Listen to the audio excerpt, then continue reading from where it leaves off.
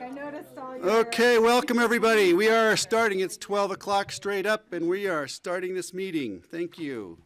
It's Wednesday, May 11th, and this is a special meeting, the Board of Commissioners, regarding the resolution of the Commissioners amending BoCC Resolution 105-2020, amendments and additions to the ASC Vision Committee Common Ground Recommendations and Airport Map for the Pitkin County Airport, directing staff to produce an amended airport layout plan for public consideration and BoCC adoption consistent with the attached Exhibit A.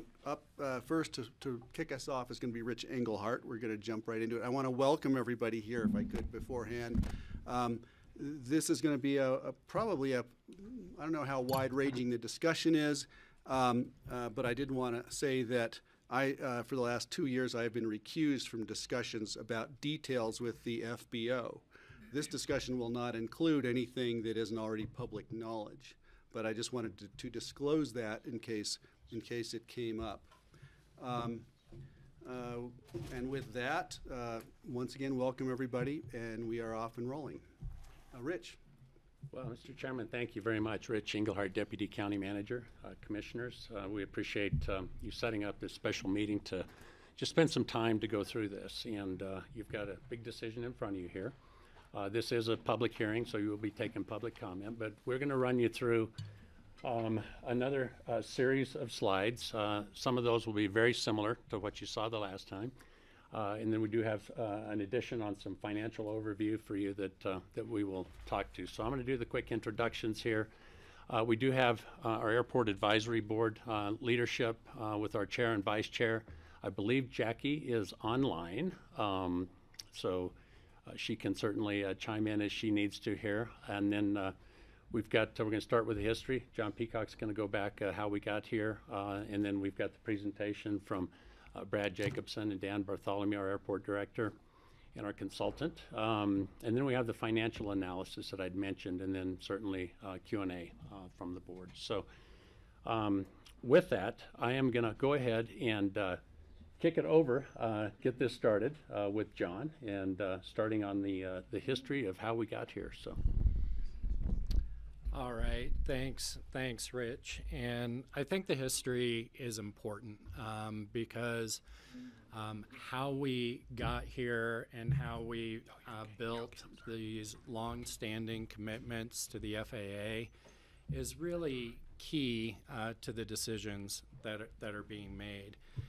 And the airport was originally founded as a privately owned airport with a gravel landing strip back in 1946. About 10 years later, in 1956, the airport was deeded to the county, and a year later, the county entered into its first grant and grant agreements with the Civil Aeronautics Administration. Don't worry, I'm not going to go from 1957 now till now. I'm going to skip a little bit ahead to 1999 because I think this is really what brings us here today. In 1999, the FAA approved a modification of standards to have the airport runway and taxi separation at 320 feet. And that modification was due to ASE at that time and still today being an Airport Design Group 3 airfield, which requires a 400-foot separation between the center line of the runway and the center line of the taxiway.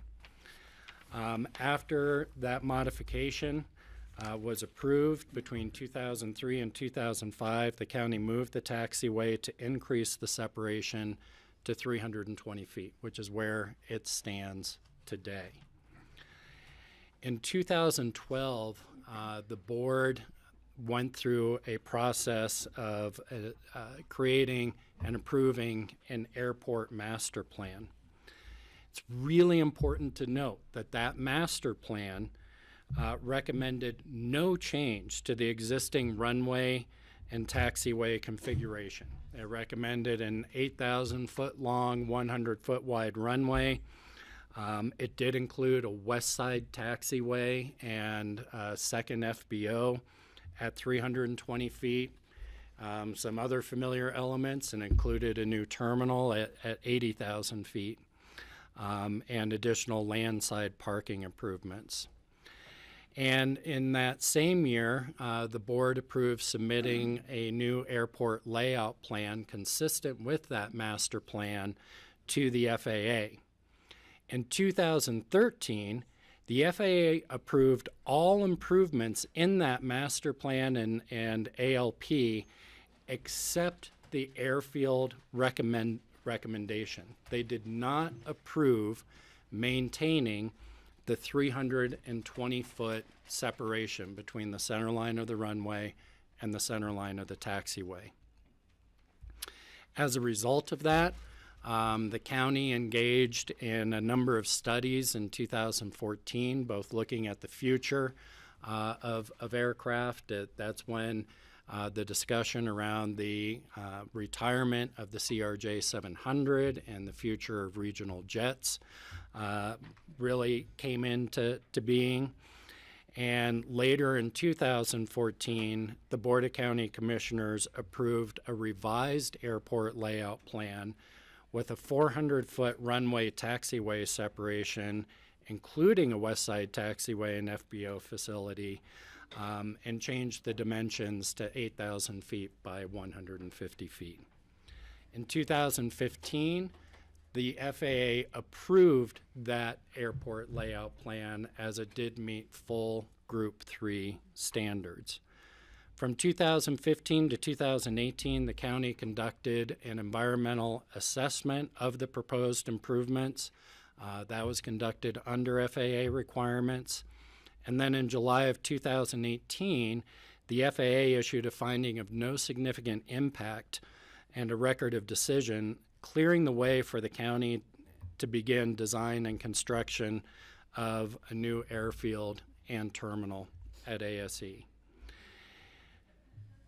In late 2018, the board took a step back. There was a lot of public comment that had been received about the need for more community conversation about the future of the airport and improvements to be made there. And the board directed staff to pursue a more robust public input on process on future airport development, including revisiting the 2014 airport layout plan. In January of 2019, the board appointed 123 citizens to serve as part of the ASE vision process. And I'd note it was staff's recommendation to have a group of roughly 20 to 25 citizens. We had 123 apply, and the board wanted to provide a space for all those voices to be heard. So we did create an airport vision committee that was 22 members, and that was supported by 4 other working groups that had specific assignments to make recommendations to that airport advisory committee. In March 2020, after 46 public meetings as part of that airport visioning process, the Vision Committee approved a final recommendation on a 20-1 vote. We did have one person who felt like they may be conflicted in the future and so did step away from the Vision Committee. That included 15 recommendations and 96 sub-recommendations for airport master planning and future airport layout plans. Those recommendations did include meeting full Group 3 standards, and those recommendations were adopted by the Board of County Commissioners in Resolution 105-2020 and really have been the North Star for the work that we've been doing. The adopted recommendations honored 4 aspirational goals of the Vision Committee: safety, reducing greenhouse gas and other pollutant emissions by at least 30%, managing growth of airline employments to be consistent with community plans, and reducing noise by up to 30%. The Vision Committee recognized that these goals were aspirational and they would have to be negotiated, and we would have to make smart compromises with our partners, our regulatory partner in the FAA, and also our other partners, such as the airlines at the airport. But they have and continue to serve as our North Star for the recommendations that we're making. And so we're here to propose revisions. That's really the purpose of the resolution that's in front of you today to Resolution 105-2020, pursuant to those discussions with the FAA. And I'll hand it back for Thank you, our Airport Advisory Board. So as part of that process was the disbandment of the ASE visioning process and attendees and forming an Airport Advisory Board. You all had put these people on to advise you on topics related to the airport. So we recently had a joint meeting with the Airport Advisory Board and the BoCC where you all directed us to come back with some changes based on shifting a runway versus shifting the taxiway. That presentation was put together. The Airport Advisory Board conducted a meeting, held public comment, closed it, and then recommended 6-1 to go ahead and approve this forward for your review. So with that, I want to at least allow Jackie or Meg, if you would like to make any comments at all regarding that process or anything you would like to add before we move on to the actual presentation. Thank you. Jackie, are you on the Zoom with us? Yes, I am here online. So would So- you like, I'll follow you if you're going to make some comments. Okay, I will make some comments. I think that we need to Well, can you guys hear me? not very well. Hold on a Okay, sec, I think- Jackie. We're trying to increase the volume here. Okay. Maybe she can increase it from her side. Speak loudly, forcefully. Okay, I will speak as loudly as I possibly can without screaming. So I think that the community just needs to understand that this was a very iterative and intense process. And, you know, we did get a lot of expert advice. It was not led by the consultants. Meg and John and I spent many hours, about 3 times a week, meeting with the staff, and the consultants were not there. And I do feel like everybody, the county commissioners and the community, needs to understand that we really did put a lot of time, effort, and expertise into this process, and we really appreciate that expertise is helping us move this forward. So that's all I want to say. And I just want to thank everybody for being here today. Thanks, Jackie. And then Meg Haynes. Yes. I'll just quickly remind all of us of some of the AAB members' phrases used during our March meeting. Is the mic on there? Her mic's on, it just doesn't, Yeah. Move it really close to you, Meg. Okay, is it, were we sure it's it on? won't make a Yeah, difference it's on. in the room. She just has to speak louder. Okay, better? You'll have to You have speak to up. speak louder. I'll just try to yell. Better. Good. Several of the negative concerns when we had, Meg, actually, if we get you on this microphone, if you don't mind sitting next to me. Sorry. I have to move. so, okay. So this may be where the speakers sit from this point on, just the guest speakers. Thanks, Meg. Do we still have room, do we have the overflow room? Because I noticed, Greg, we have a lot of people that. Yes, the overflow room is set up. Is there anybody over there? Okay, there you go. Thanks. No, that's okay. Our mics are having some issues. And folks, just so you know, if you don't know, there's a sign-up sheet circulating for public comment, so we can move through the public comment. So put your name on that if you'd like to speak. Thank you. Okay, we'll try again. Better? That's better. I can hear myself. When we had our March meeting to discuss the proposed amended ALP, we had a 6-to-1 vote approving the amended ALP proposal. However, I'll just give some phrases from our meeting so we can all be reminded on how the AAB was thinking. Some of the negative concerns were not to build an airport to accommodate bigger aircraft when they likely will never be used here. Someone feeling hogtied with the whole process and the FAA being bent on telling us what to do. Needing more discussion and creativity on the FAA's accessibility guidelines, yet accepting the factual and proposed amended ALP. Some of the positive and compelling thoughts about the proposed amended ALP were the E-175 becoming the preferred aircraft, thus the risk of big planes going away anyway.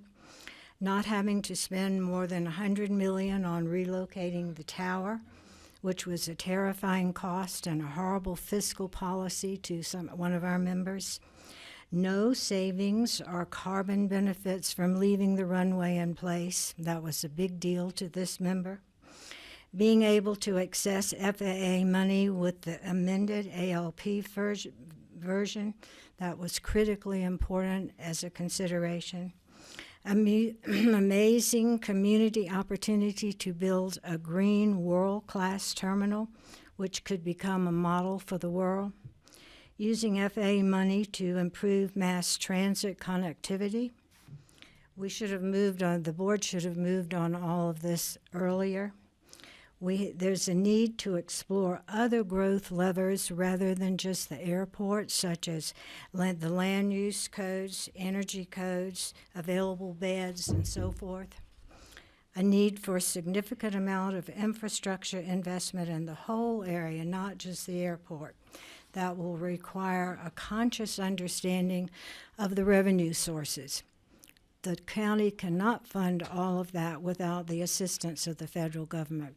So those were some of the comments that our AAB members made as we had the discussion about whether to approve this amended ALP and give a recommendation to the BoCC. And if I may, I really would like to share one other thought. Someone recently asked me how the AAB actually works. Do we take direction from the county staff and consultants? I responded, absolutely not. Having been vice chairman of the Vision Committee and now of the AAB, I had and I now have few conversations with the county staff or professional consultants. I'm here to say that the AAB members are quite independent. We all have or have had a very differing careers, and we often think differently about some of our topics that we discuss. We do work together to gain consensus on how we, as the Airport Advisory Board, will give the BoCC our collective advice without getting any direction at all from the staff or consultants. I think that my AA peers, instead of primarily do work interdependently with Rich and Dan and our consultants. We ask them when we need technical advice or expertise, but we ourselves make up our minds about what kinds of recommendations we'd like to make to you. I do have an example that I didn't let Dan know I was going to say this, but how we work interdependently. We recently, the AAB recently received an email from a Aspen High School student asking some very rather technical questions of the Airport Advisory Board. And Jackie was away, and so I made the decision to, rather than have the airport board members make the response, I asked Dan to give the response to that young student, and it was an outstanding response. I wish that we could have had it in the paper. His technical advice and expertise is something that we very much appreciate.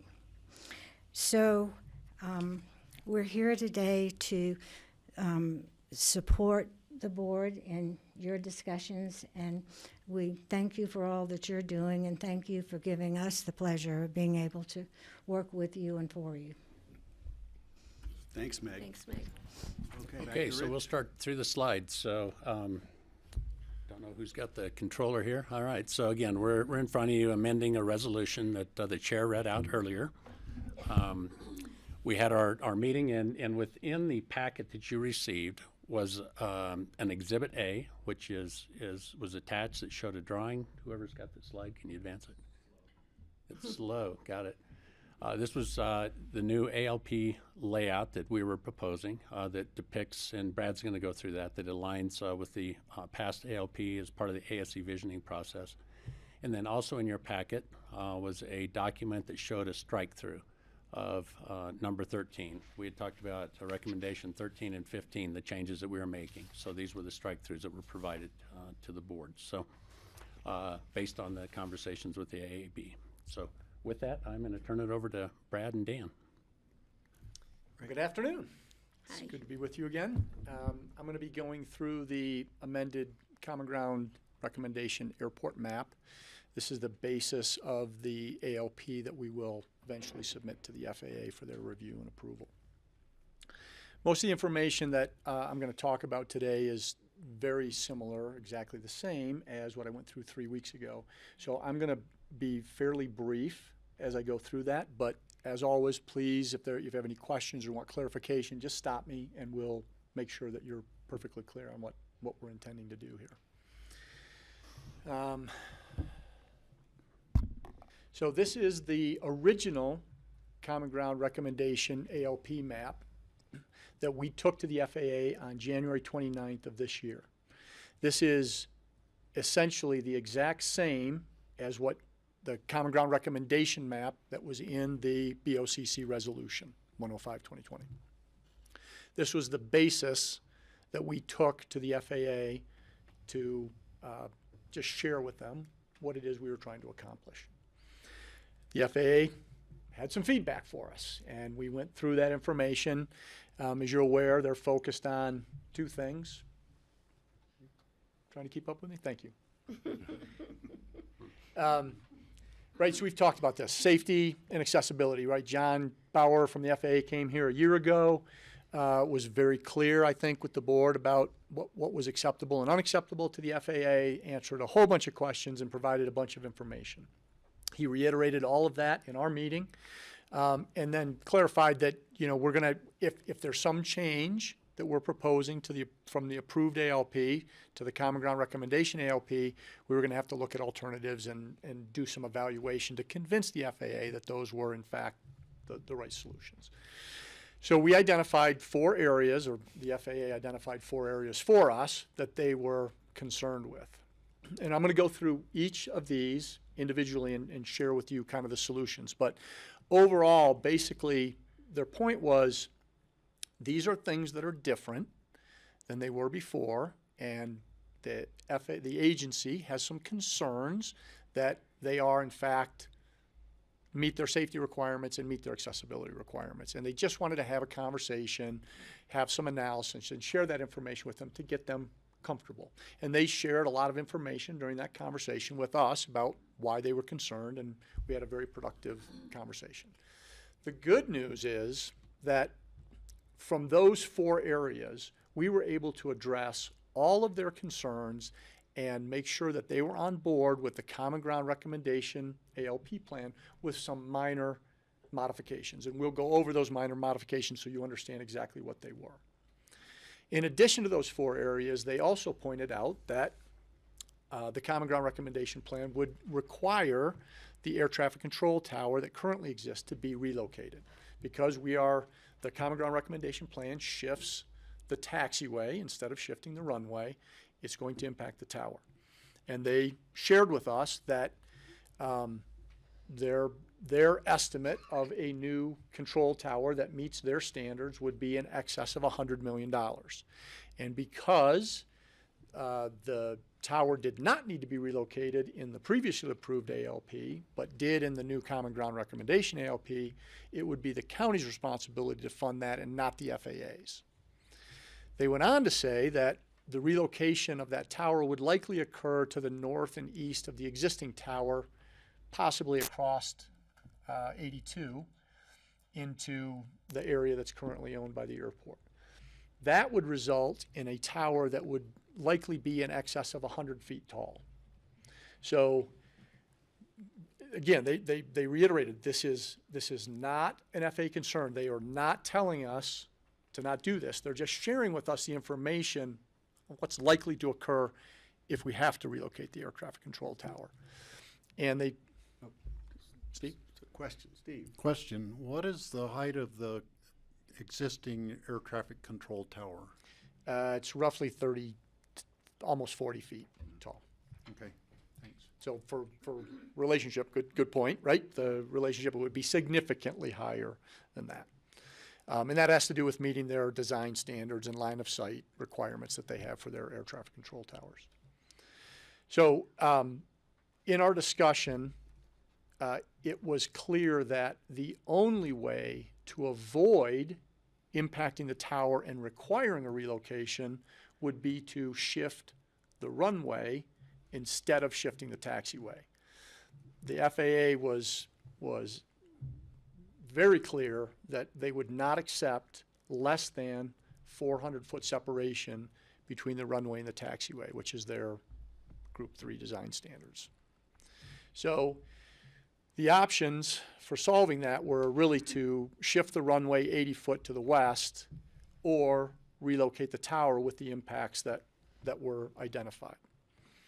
So in working through this solution, we met with the Airport Advisory Board and we talked about the potential impacts and the issues, and it was I would characterize it as the broad consensus of the Airport Advisory Board that shifting the runway would be far preferable to relocating the tower and having the impacts associated with that. The cost, over $100 million, and the view plane impacts of having a 100-foot tower across the street. So the first item that we shifted or changed from the Common Ground Recommendation airport map to the amended Common Ground Recommendation map was to shift the runway 80 feet to the west. As we talked before, there was a lot of discussion around what was the intent of the Common Ground Recommendations for keeping the runway in place. And there were 4 requirements, I believe. The first 3 had to do with saving time, saving money, and saving the environment, carbon capture of doing less work in the existing location than shifting the runway. However, we now know that the runway has to be reconstructed no matter where we reconstruct it. So the cost savings and the time savings and the carbon capture are basically going to be the same in either location. The last item on the list from the Common Ground Recommendation process was related to safety, and shifting the runway 80 foot to the west would make it put it closer to Shale Bluff. That was addressed during the visioning process when it was evaluated and determined that there was no material impact to safety of shifting the runway 80 foot closer. So the decision by the Airport Advisory Board was to support shifting the runway and avoiding the impacts to the air traffic control tower. Are there any questions about that issue? Because that's kind of a big one. Questions? Comments? I'd like to, I love it when you toggle back and forth so we can just look at the differences because things change there. What's the timeline on the tower, assuming the tower is going to have to be rebuilt at some point anyway? Do you have any idea of that? No, not really. So it comes down to a matter of someday we'd be well down the line, I'll put it that way, of FAA air traffic control towers. The FAA Air Traffic Division does not have the funding that the redevelopment of the airfield section of the FAA has. So there's just not money. There's a number of airports that are vying for new towers right now. We would be way down the line on something like that, if ever. The FAA is attempting to do a virtual remote tower option too, where they'll get rid of all air traffic controls. We don't know if that's ever going to take place. It's a pilot program right now, so it may never happen. But if it does, it's going to be. Again, we're in line. It could be decades to say. More than a decade. Oh yeah, I would almost. I don't want to guarantee, but I would presume well over a decade. Yeah. Thank you. Sure. So the next item on the list was the apron area. So shifting the taxiway to the east, as the Common Ground recommendation suggested, results in a decrease in the apron on the east side. And the FAA, from their position on accessibility, wanted to make sure we weren't reducing the amount of apron that was available. So we ended up providing apron on the west side for the small local GA community, freeing that apron up on the east side, essentially replacing it. And we had factored in the other Common Ground recommendations associated with ICAO parking and safety improvements and flexibility, et cetera, when we did those calculations. Now, when we shift the runway 80 foot to the east, we don't actually impact the apron on the east. So that issue largely went away in the FAA's eyes. But through that conversation, we were able to assure them that even if we left the runway in its originally planned location from the Common Ground recommendation, we still had adequate apron where we were not artificially restricting the activity at the airport by reducing the apron. So for this discussion, because we've already made the decision to shift the runway, it becomes a non-issue. What we did in that case was we ended up reducing the amount of apron that we were planning on the west side in the original Common Ground recommendation airport map, so that we weren't overbuilding apron. We were keeping it the same as our original plan. Brad, could I just get you to reiterate? I thought you may have said moving it to the east when you said west, or at the beginning of that, and I want to make sure I understood it correctly. I probably screwed it up. If you could reiterate Commissioner. just the first concept of what would happen if we moved it to the east versus to the west. Right, so the original Common Ground recommendation showed the taxiway alpha shifting to the east to accommodate that runway taxiway separation that the FAA is insisting on. That ends up reducing that apron area on the east side because we're basically eating into the apron to accommodate the taxiway. To offset that, the Common Ground recommendation calls for development of apron on the west side of the airport, essentially replacing the apron that's lost on the east side. Plus a little bit more because we're trying to provide a better, more efficient flow of aircraft and a better, safer spacing of aircraft parking. So we're aligning with the Common Ground recommendations to achieve those goals, but we're also making sure that we're not artificially, we're achieving the FAA's expectation by not artificially restricting the apron area on the east side. Thank you. Good. That did it, I think. Okay. Moving forward, the next issue they had was with runway crossings, I believe. So because we're developing, I guess wrong. It's the West Side Taxiway.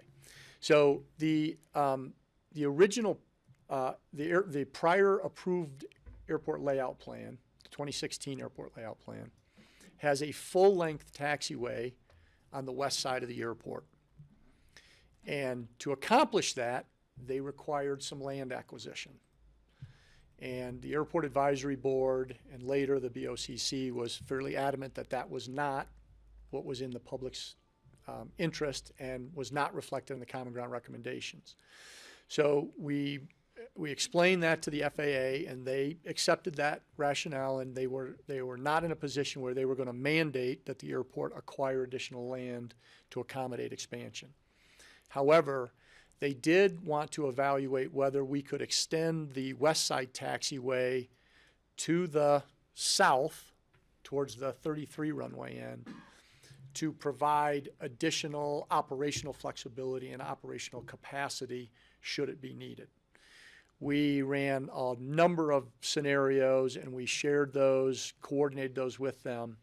And because we are now planning to shift the runway 80 foot to the west, it severely limits the ability to extend the West Side Taxiway before you run into a situation where you have to acquire land again. And that was sort of our line in the sand with them, and they understood and accepted that. So we're showing a roughly 1,000-foot extension to the south of the West Side Taxiway compared to the original Common Ground recommendation airport map that showed it basically where right there. So that's the difference.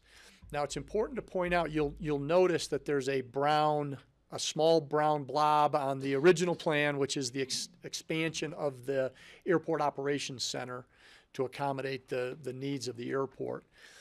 The Operations Center, because of the runway shifting to the west, again, now would be impacted if we were to extend this taxiway.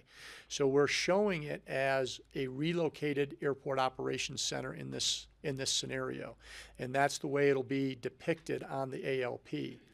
But I want to point out that at this point, it is not determined whether or not that extension of the West Side Taxiway, that 1,000-foot extension to the south, is going to be required to service the aircraft that are located on the west side in that apron area that's dedicated to small local general aviation operations. So we're going to keep it on the ALP, but there is a possibility that it will be pushed way further into the future before it's actually developed. Any questions about the West Side Taxiway? Commissioner? Steve, with the amount of parking area for the GA on the west side is cut down by moving everything to the west. Yep. Is that still sufficient area for the general aviation, and what are the possibilities of expanding that if necessary? Great question. Yes, it's adequate to accommodate all of the current patio shelter occupants, lessees, I don't know how to refer to them, but plus everybody who's currently on the waiting list. And again, that was the FAA's direction, right? They don't want to restrict access, so they want to make sure that we're providing the capability to accommodate all of them. We can do that much more efficiently and I don't want to say safely, but we can provide enough room to maneuver the aircraft in and out and provide enough parking space for all of those aircraft. In addition, you'll notice that there's to the north of that yellow apron area, there's a blue box and then another kind of lightly yellow shaded area. Thanks, Abe. That area is available for expansion should it be needed by the users and approved by the community. And you may recall the Common Ground recommendations say we want to provide the ability to expand if it's determined that expansion of our apron reduces our drop and go operations. But they want to test that and sort of do it slow incremental steps. So that's really what that area is intended to do. Okay, and you said that This depiction accommodates the waiting list of local, which was about 60, or there 60 on the waiting list? That's correct. There's 96 currently accommodated, and then there's 60 on the wait list. So the area that we've provided accommodates 156 based aircraft. In the yellow area. Correct. Okay. With taxi lanes and movement areas, and there's even area in that in that apron area or adjacent to that apron area to accommodate the other facilities that were recommended through the Common Ground recommendations. Kelly has a question. Yeah, I have two questions. Thank you. On this last point, I guess I'll look to John or Rich. This seems like a departure from what our Common Ground recommendations say, which is to retain the amount of parking. Are we changing that similarly to how we're changing the language in the 80-foot shift? Yeah, and I think, Brad, you can confirm this, but I don't think we're departing from that, Kelly. It's a one-to-one that we were asked to replace. Right, but now we're being told we have to replace 1-to-1 plus 60 Through the fleet forecast? through the waiting list. Yeah. Yeah, the FAA has said not doing that is a restriction, and they're treating it the same way that they'd be treating the the capacity of the airport, right? The apron on the east side, for example, if you reduce that, they view it as a restriction. You're restricting access to the airport. So Right, that but we was, committed to not do that. Now we're to not lessen the number. So we committed to saying we're not going to change our current parking. Our current parking will be retained. The number of planes that can come in will be retained. We're going to do that by building more pavement on the west side. I'm just for us to be like, precise about this. We are making a change today to what the Common Ground recommendations say about the 80-foot shift. Like, should we also be making a change that captures this? Because if we're putting it on the ALP, it should, we should say what we're doing. Sure. No, I understand what you're saying. Yeah. And the Common Ground recommendations did leave open. There was a robust discussion about whether we should have more parking, because that might reduce operations by reducing the drop and goes. And so having that space identified for future expansion was called out in the Common Ground recommendations. But Kelly, to the degree that we're initiating potentially additional parking within this ALP, it may be an appropriate thing to add to a motion if a board member were willing to do that. Yeah. so let me clarify. We are not increasing the overall apron. We're meeting the Common Ground recommendations, 1-for-1 replacement.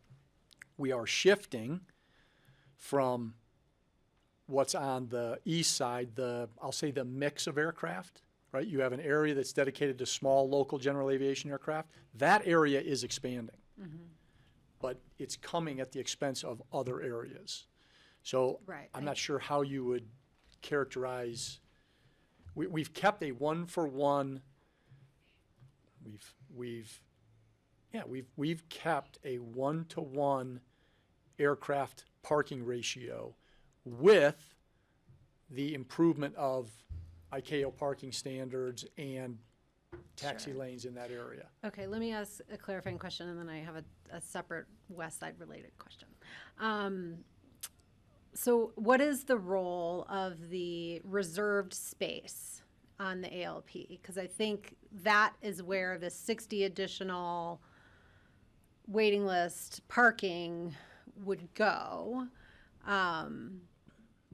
So clarify that, and then help me understand what the role of the reserved space is from the FAA's point of view. How are they going to regard the reservation of space on our ALP, even if it's not part of the schematic that we intend and hope to build? Because when I look at sort of that whole Owl Creek side, it's a little scary. we've carved out a lot of reserved space for the future. And I think we should understand clearly what that means.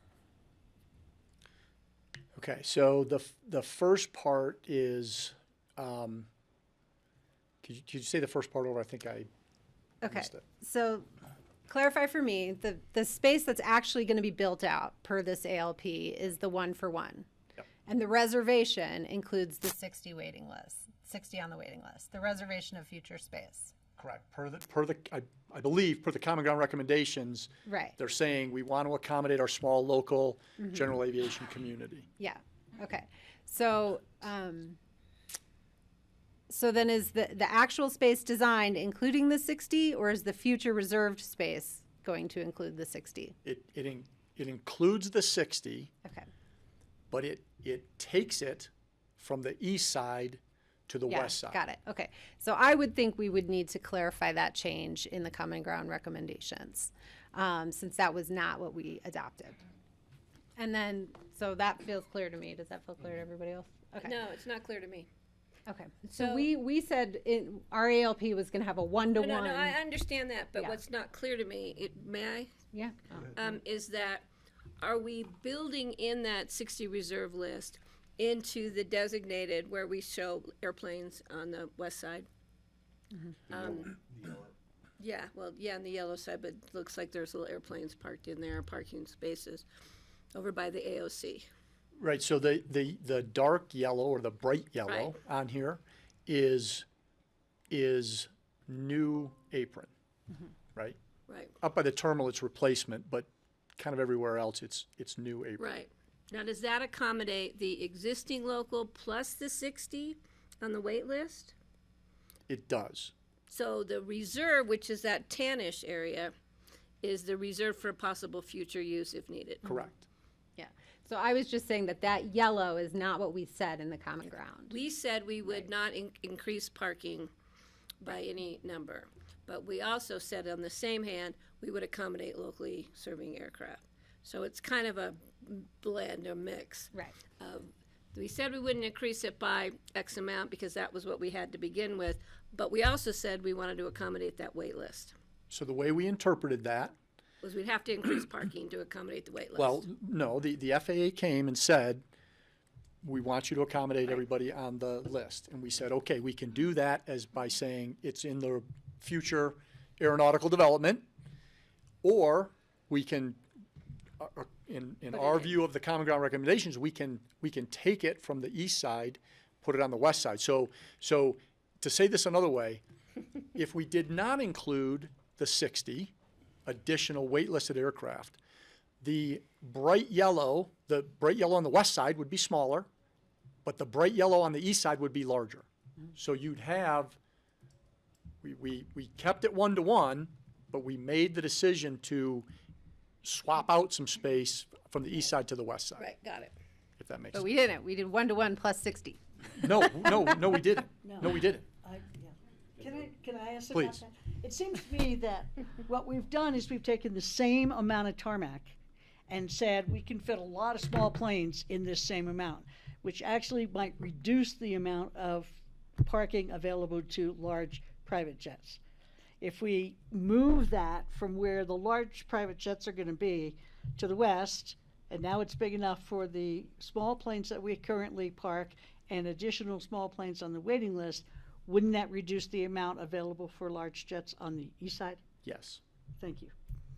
And the east side, So if the we number do might the- not be changing. Right, and the east side, if we do the ACAO parking, et cetera, it takes up more space per space. Yeah, that's- exactly. And that's the biggest That's- change in all that, which we felt gave us the flexibility to meet the FAA's requirement Right. and also meet the Common Ground And we recommendations. want to have improvements to the parking spaces if it's ACAO or some process such as that, because it meets a lot of our environmental goals. Great. And safety goals. Kelly had a further I question? do. So, Thank you.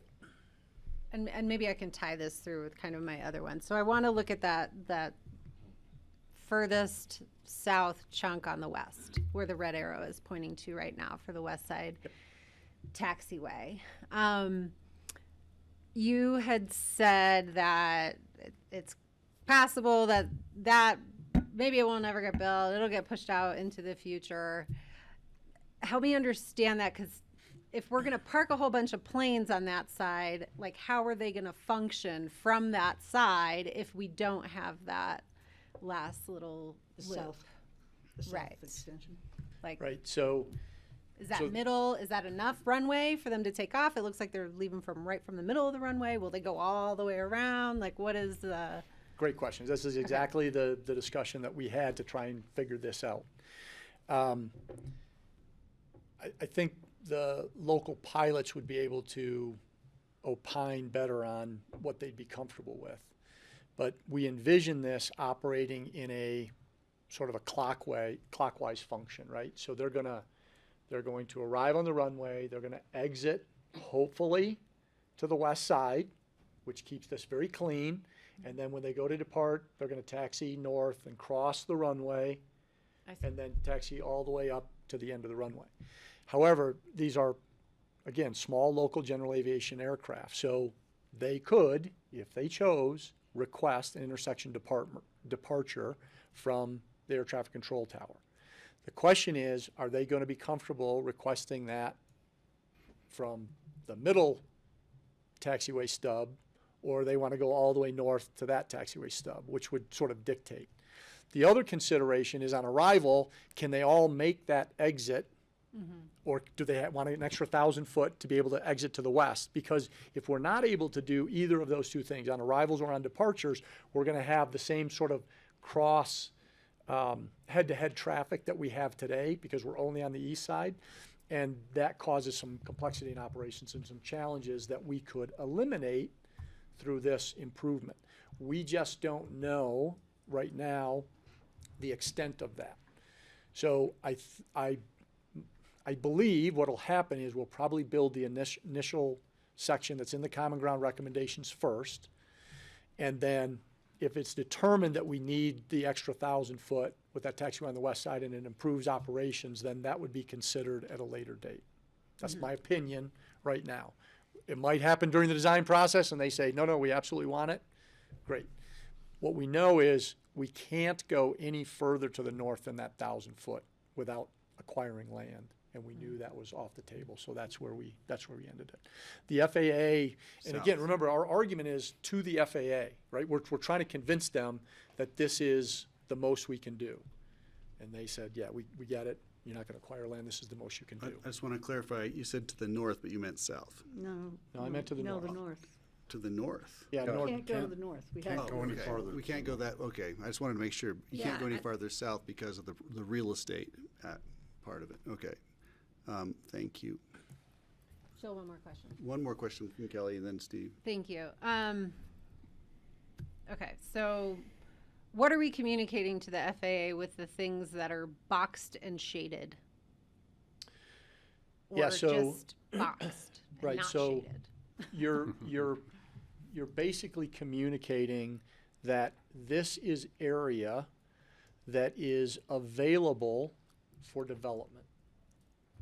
It's land within your airport boundary that is not identified for an aeronautical purpose at this time.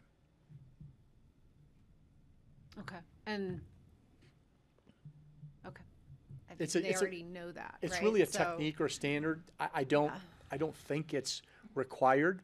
Mm-hmm. It's just sort of prudent planning. If you're uncomfortable with it, I'm not sure that the FAA would insist on having it on there. So then what are we communicating differently with the shaded areas? Like, are these temporal? You know what I mean? Like, we're saying, like, these are the things we're gonna do now, mostly maybe. Yeah. Shaded things are things we think we might do more in the near future. Boundaries that aren't shaded are just whatever, we don't know what they are. Is that, I mean, I just wanna be clear on what we're,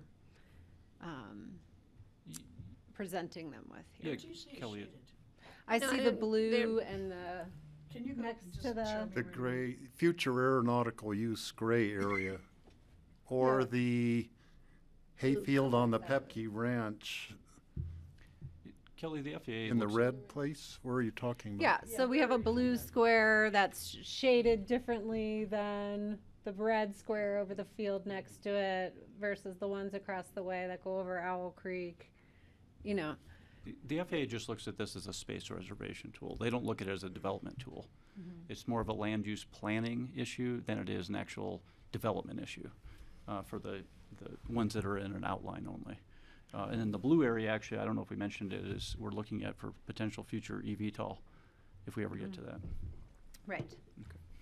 I apologize, Okay. the legend was on here and then Yeah. we shrunk it. No, and- it's okay. You don't I give just- Brad a legend, you know, just. I feel like these are things that we should Brad be is a very legend. precise about in these So conversations. Thank we you. have that map with all the lines out that say all the That tells you things? what the red means Yeah. versus what It's the in our blue packet. means Yeah. versus what the shading versus, yeah. It's in the packet. That has, yeah, I know, I've looked at it a million times. The ones with the little arrows I'm talking about, the little on the map. Not a separate legend, but the ones that have the words on the map with Oh, the arrows yeah, no, I pointing was down. talking about a separate Yeah. one with the legend. So do we have that map that has the little arrows that come down with, When you say we, In the presentation. okay, it's in the packet, but not in the presentation. okay, yeah, Okay, I know. Dan, did you finish answering? I did. Okay, Thank you. I think Steve had a question. So just to tag on to Kelly's question about the use of the light gray future aeronautical use area, part of that was potentially a landing site for vertical takeoff and landing things would be an example of how that could be used in the future. Exactly. Correct. I would predict that sometime in the future that we would extend the West Side Taxiway further to the south. And it would be for safety reasons partially to give an extra 1,000 feet of runway for the local GA to exit off the runway when they're landing or to have extra 1,000 feet for taking off. Makes it safer. We probably would want to eventually do that. But I completely understand not doing it right now. Saves us from having to rebuild and relocate the AOC building, which at some point in the future, we probably will want to replace that. It'll become obsolete or need so much work that would be the time maybe to make that shift. Thinking like an FAA person, just having this on our ALP, having the taxiway go further to the south, makes it's there on the map. Eventually that can be built, and I think that satisfies what they need at this point in terms of the safety and accessibility questions. That's exactly right. Can I clarify? Does the AOC have to be rebuilt if we don't put the extension in? No. It doesn't, okay. All right, Although thank it you. doesn't mean we wouldn't have to do perhaps some modifications to the AOC to accommodate different I technology. wanted to ask that, if the separation from the taxiway is enough, and from taxiway from the runway there, and then if I could, just to say on the teacup on the far south end, is that still within the proper boundary with separation from the road, from the maintenance roads, all that still, Mhm. Yes, still sir. flies, okay. Just to clarify, thank you. Okay, so I think the next one is the runway crossings.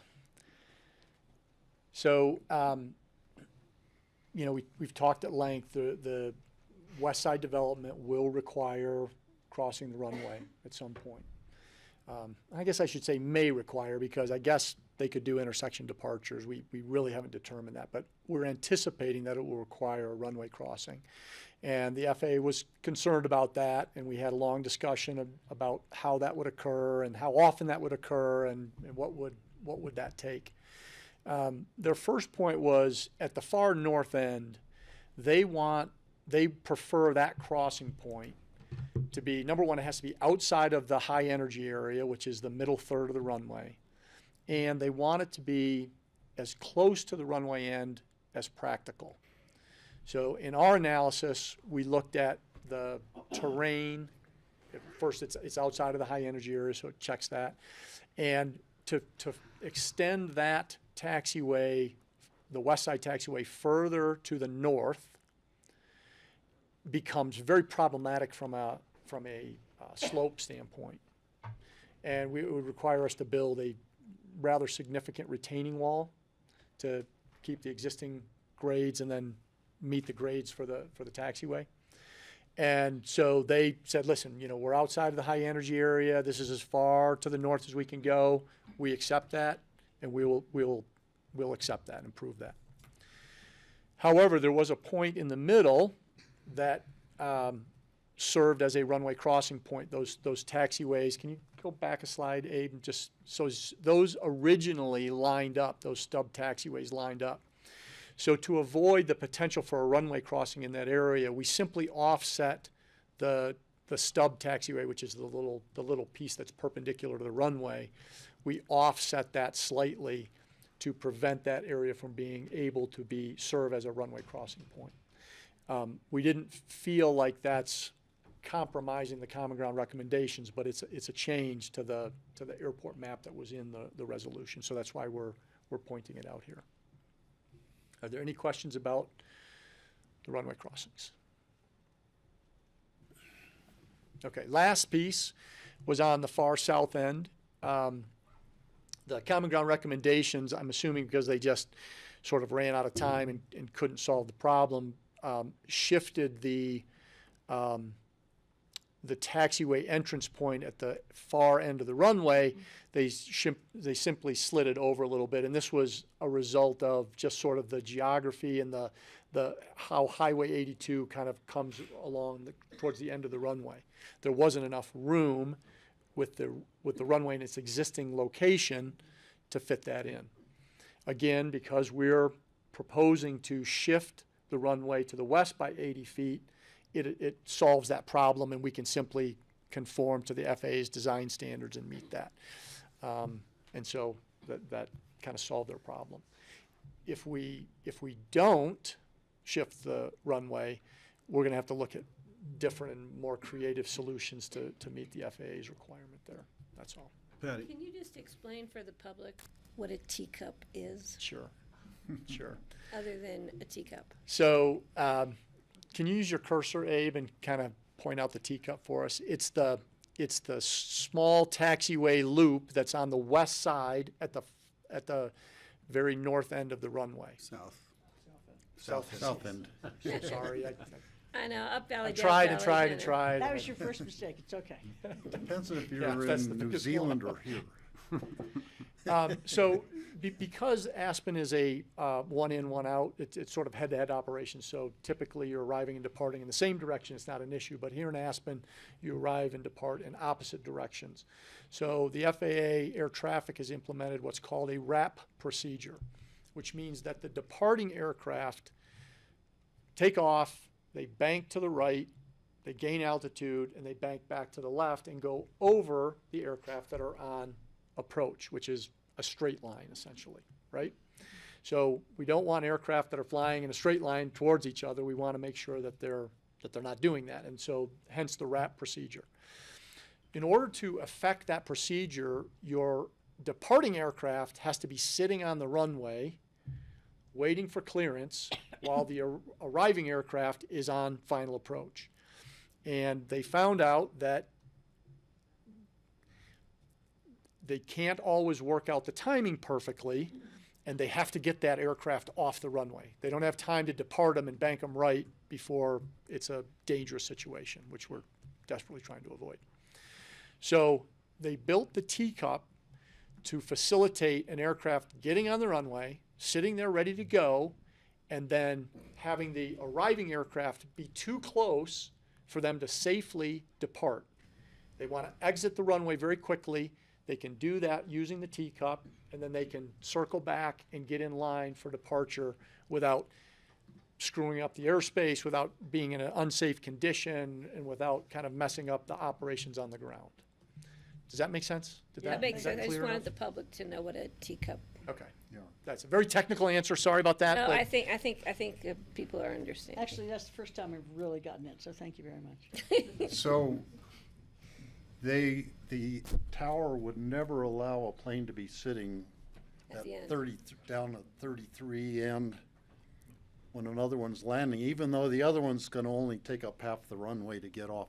Because something might go wrong and you don't want that plane going towards the other one that's still sitting on the runway. Is that? Exactly. Correct. It's an It's FAA a requirement. totally Air a safety, safety air safety thing. says you can't have two aircraft on the runway at any time, Okay. period.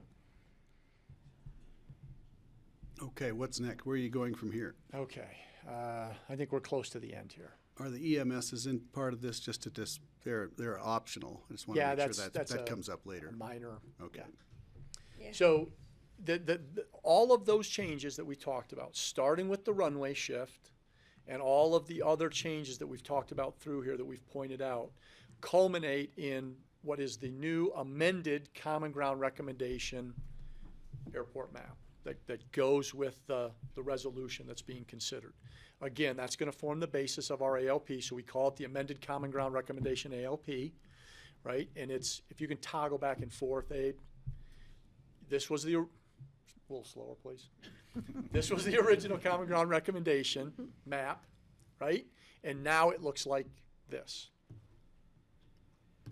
Runway being the most significant change, but you've also got the stub taxiway, you've got the west side taxiway extension by 1,000 foot, and you've got you've got the reduction in the apron on the west side, and you've got the taxiway entrance on the 33 end.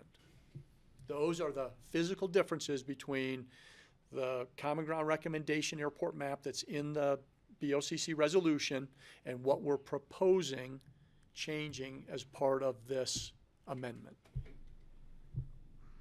So taken as a whole, any further questions? Is that, you understand where we're at? I was just looking at this isn't something the FAA is going to be too concerned about, but what it looks like is that on the way you've drawn this here, it appears that the terminal is moving 80 feet also. And I don't know if that's correct. Maybe it just gives us 80 more feet to work with as we're designing the terminal and the approach and the transit and all those things. Is that That's correct? exactly right. But that's not FAA, that's not in there. Yeah, that's kind of, yeah, it's not safety related. Got it, thanks. And the reason, Commissioner, I'll just point out that, when we were working in the terminal and trying to finalize that as part of our original work before the runway shifted, it is very tight to get to first get the apron for the aircraft, and then the terminal, and then the curb front, and then the parking and all the other landside components. It's a very compressed space. So we made the assumption that we would like to buy that 80 foot and shift the terminal. All of that will get resolved in great detail when you hire a designer to lay out your terminal and your landside pieces. For the ALP, again, it's a space reservation tool, and the FAA is not going to focus on 80-foot shifting in the terminal area. Great, thank you. Okay, what's next? What is next? Let's go to the. There it is. So the next thing we did after we sort of addressed all of the physical changes between the original Common Ground recommendations and the amended Common Ground recommendations, we went back and we looked at the core community goals. And we wanted to see would the amended airport map still achieve those goals in the same way that the original map did. So we looked at the 4 core community goals, and we found that they met those. The amended airport map meets the core community goals in the same way that the original Common Ground recommendation airport map did. So there's nothing that we're proposing that will impact safety on the air and the ground, reduce or increase greenhouse gas or other pollutant emittance, change how we manage growth, or reduce or increase noise differently than the original Common Ground recommendations would. And we should point out those were defined as aspirational, right? The reduced greenhouse gas and pollutant emissions is a noble goal, and it's something we all would like to hold to, but it's not something we're certain we can accomplish regardless. But that doesn't change with this ALP. It doesn't change with this. Same with the other two, noise and growth. We're not changing. We're not we're not making it better or worse is what I would ask. Is that how you interpret it? That's exactly how we interpret it. And again, I'm only looking at the original common ground recommendation airport map and the amended map. Right. Would there be anything in there? Similarly, we did the same thing with the common ground recommendations. We went through each one and we compared the original airport map with now our amended airport map and found that, again, the amended map meets all of those common ground recommendations in the same way that the original map would have, with the exception of, and this is a notable exception, right, is leave the runway where it is, because we're not. We're shifting at 80 foot, and so obviously that one we didn't do. We were not able to accomplish, I'm sorry. Are we allowed to ask questions? Not at this point, but we're going to go to public comments soon when the presentation's done. So please save your questions. Thank you. Any questions on this? Spirit and intent? Okay. So, sort of a summary of the options. The amended Common Ground Recommendation Airport Map, or ALP, saves a little bit of money by not having to, well, saves a lot of money by not having to relocate the air traffic control tower. Saves some time in our implementation process because we've got the FAA walking in lockstep with us. We're meeting all their requirements. The approval process is going to be streamlined. The environmental process is fairly straightforward. So we save some time there. Can I just add to that? And we heard that when we were in DC meeting with FAA. Francie and I heard that. As far as the environmental impact study and not having to start all over again with NEPA, et cetera, we could take 18 months to 2 years and lots of money, but just amending our current updating, which we'd probably need to do anyway. And the other was helping us get through their process in a more timely fashion, because I think they're willing and understanding of the fact we need to get something done out there. Which is great. I mean, when you hear stuff at the ADO level and you hear the same thing at the kind of the top level, that just means there's alignment and they've been talking about it and thinking about it. We also avoid the risks associated with relocating the air traffic control tower, and I'm talking about sort of the view plane issues, right, of having a 100-foot tower next to your highway. And these, to me, these seem like good things, right? We're not recommending something that doesn't help and doesn't seem like it's useful. It doesn't impact the core community values or the common ground recommendations any differently than the original airport map did. So to us, it seems like the amended airport map is a good idea, just from a high level, right? I mean, obviously you all are going to make that determination.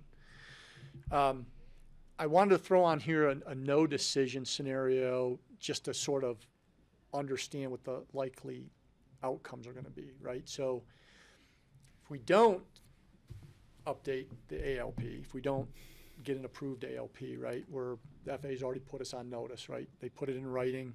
It's pretty solid. You're not getting federal funding. We've got a runway that needs to be rebuilt, so it's going to be expensive. And if you don't have an ALP, you don't get to rebuild your airfield. You don't get to rebuild your terminal.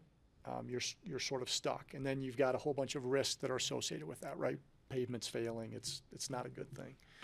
And so I just wanted to kind of clarify that, because it seems like there's some misunderstanding about what the options are going forward, right? And having an approved ALP is mandatory. It's Craig, but we do have an approved ALP.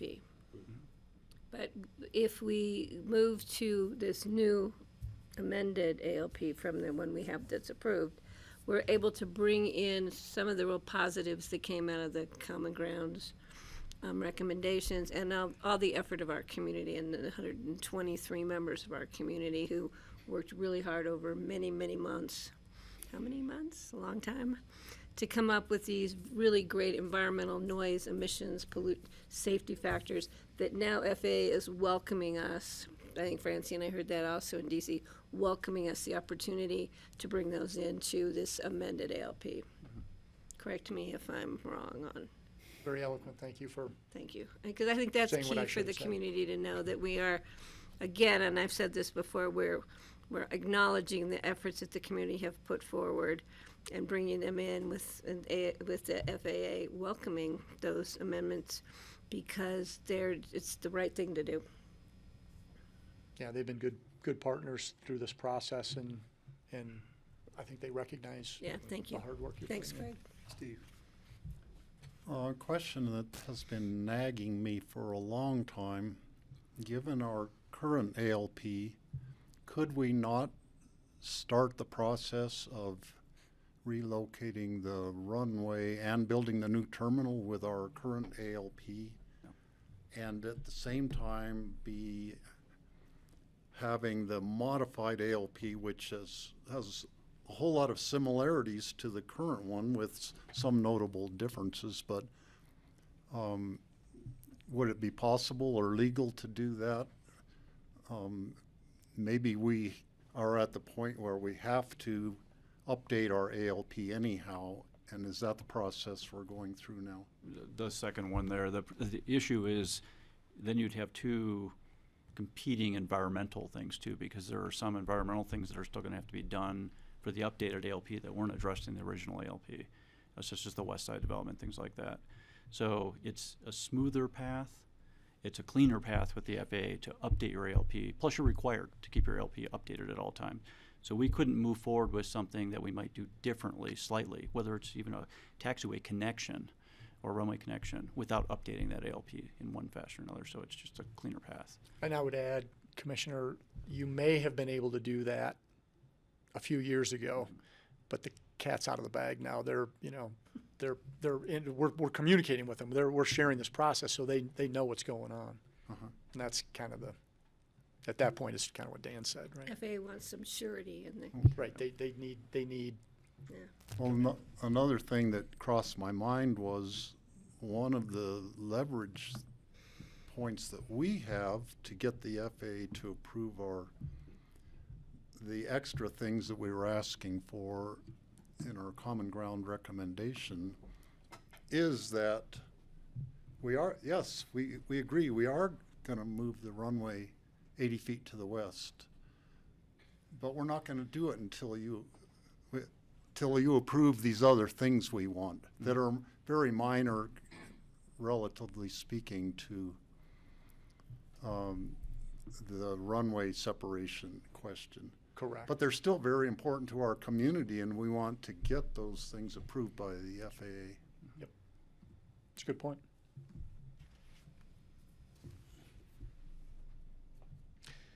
That's it for me, John. I'm going to kick it over to you now for the financial. Yeah, so I know there's been a lot of dialogue and a lot written out in the community about the financial pieces here. And one of the challenges is, of course, with an airport layout plan, ALP, we're very much at a conceptual level, right? We haven't designed and engineered all of this. We're reserving space and getting the approval to use those FAA obligated lands in a way that's agreeable. And so I want to start off by just talking about restating some of the concerns and potential consequences before getting into some of the numbers to address some of those pieces. And one of the proposals that's out there is that we take a step back and we start over, and we submit an ALP that maintains the current airfield dimensions and the existing modification to standards and wingspan restrictions. And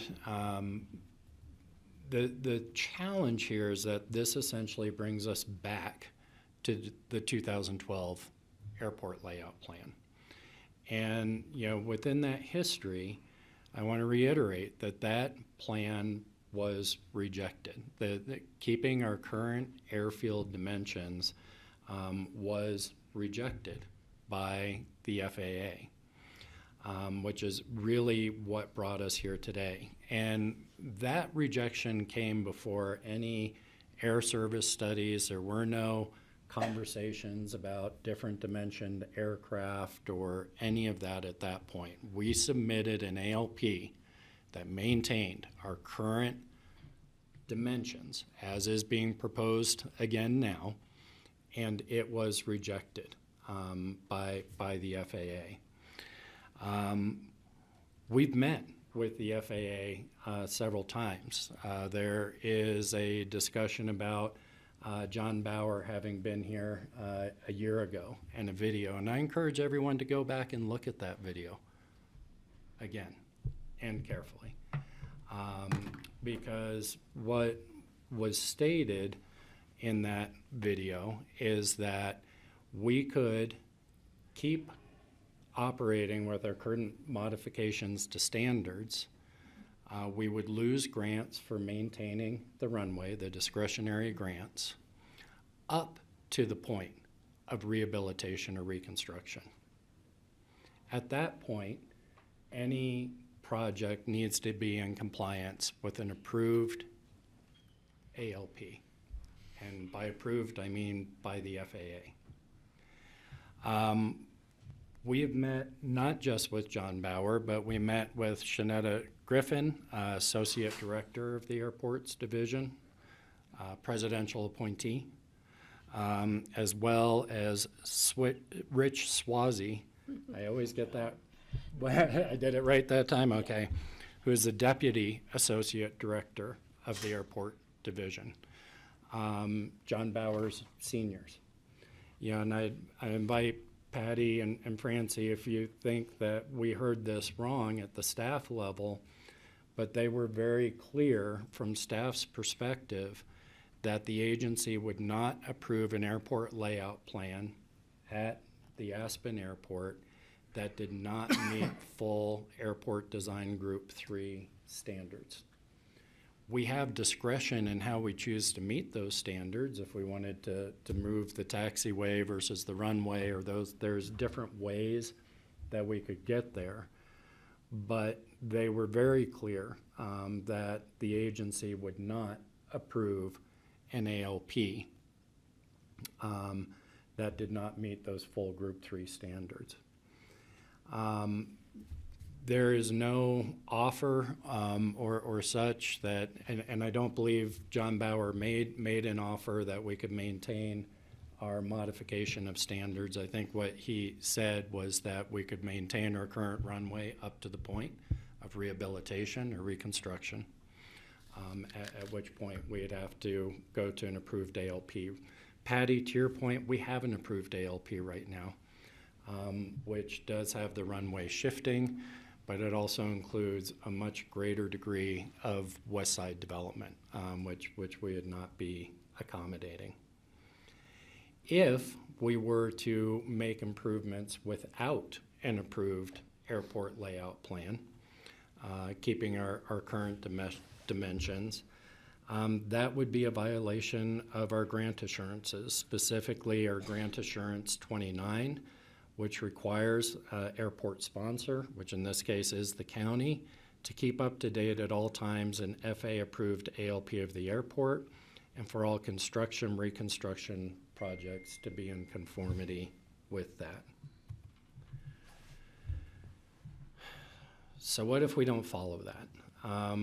That gets us into uncertain ground, right? It gets us into a due process circumstance. Intentionally violating or knowingly violating an FAA grant assurance really does create a great deal of uncertainty for us in the community going forward.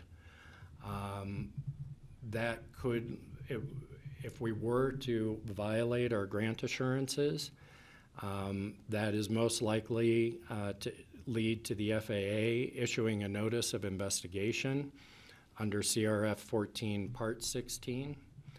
And if the FAA finds that the airport sponsor, has violated grant assurances, there are several potential kind of consequences to that.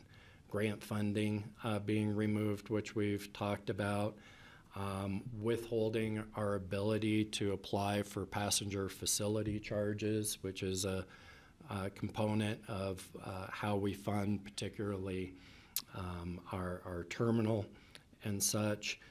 Could result in a cease and desist order, stopping construction. There's lots of potential remedies that would be determined through a hearing process and due process. We can't say exactly what that outcome would be, and of course we would argue to the best of our ability on behalf of the county. However, that grant assurance violation or even a charge of it has other consequences or creates other uncertainties. We do not know how other federal agencies would view that type of violation in terms of awarding of other grants. Those could be transportation grants, for example, or human services-based grants. It's not clear how that would be viewed from other agencies. It's not clear how future FBO revenues might be affected based on how operations at the airport might be affected and negotiations. And it is very unclear how bond markets would respond to that level of uncertainty. We would certainly need to be going out to bond markets to finance capital projects, particularly for our terminal and landside improvements, and in the absence of FAA grants, also for the airfield. So how that translates, what we did was really looked at kind of total potential project costs, anywhere from $325 million to $500 million.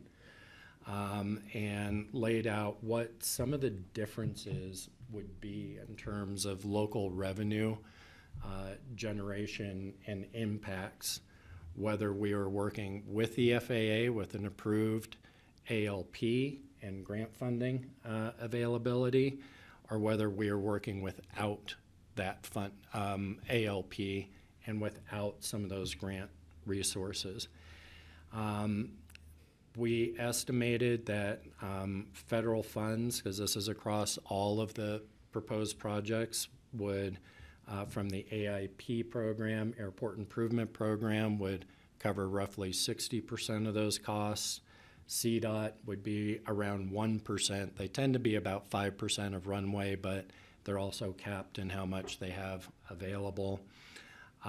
Passenger facility charges, those are the charges, revenues that we produce based on a charge to passengers who are coming through our commercial terminal that we can do revenue bonding against, and then general airport revenue bonds, which would be against any lease revenues, FBO revenues, those sorts of things.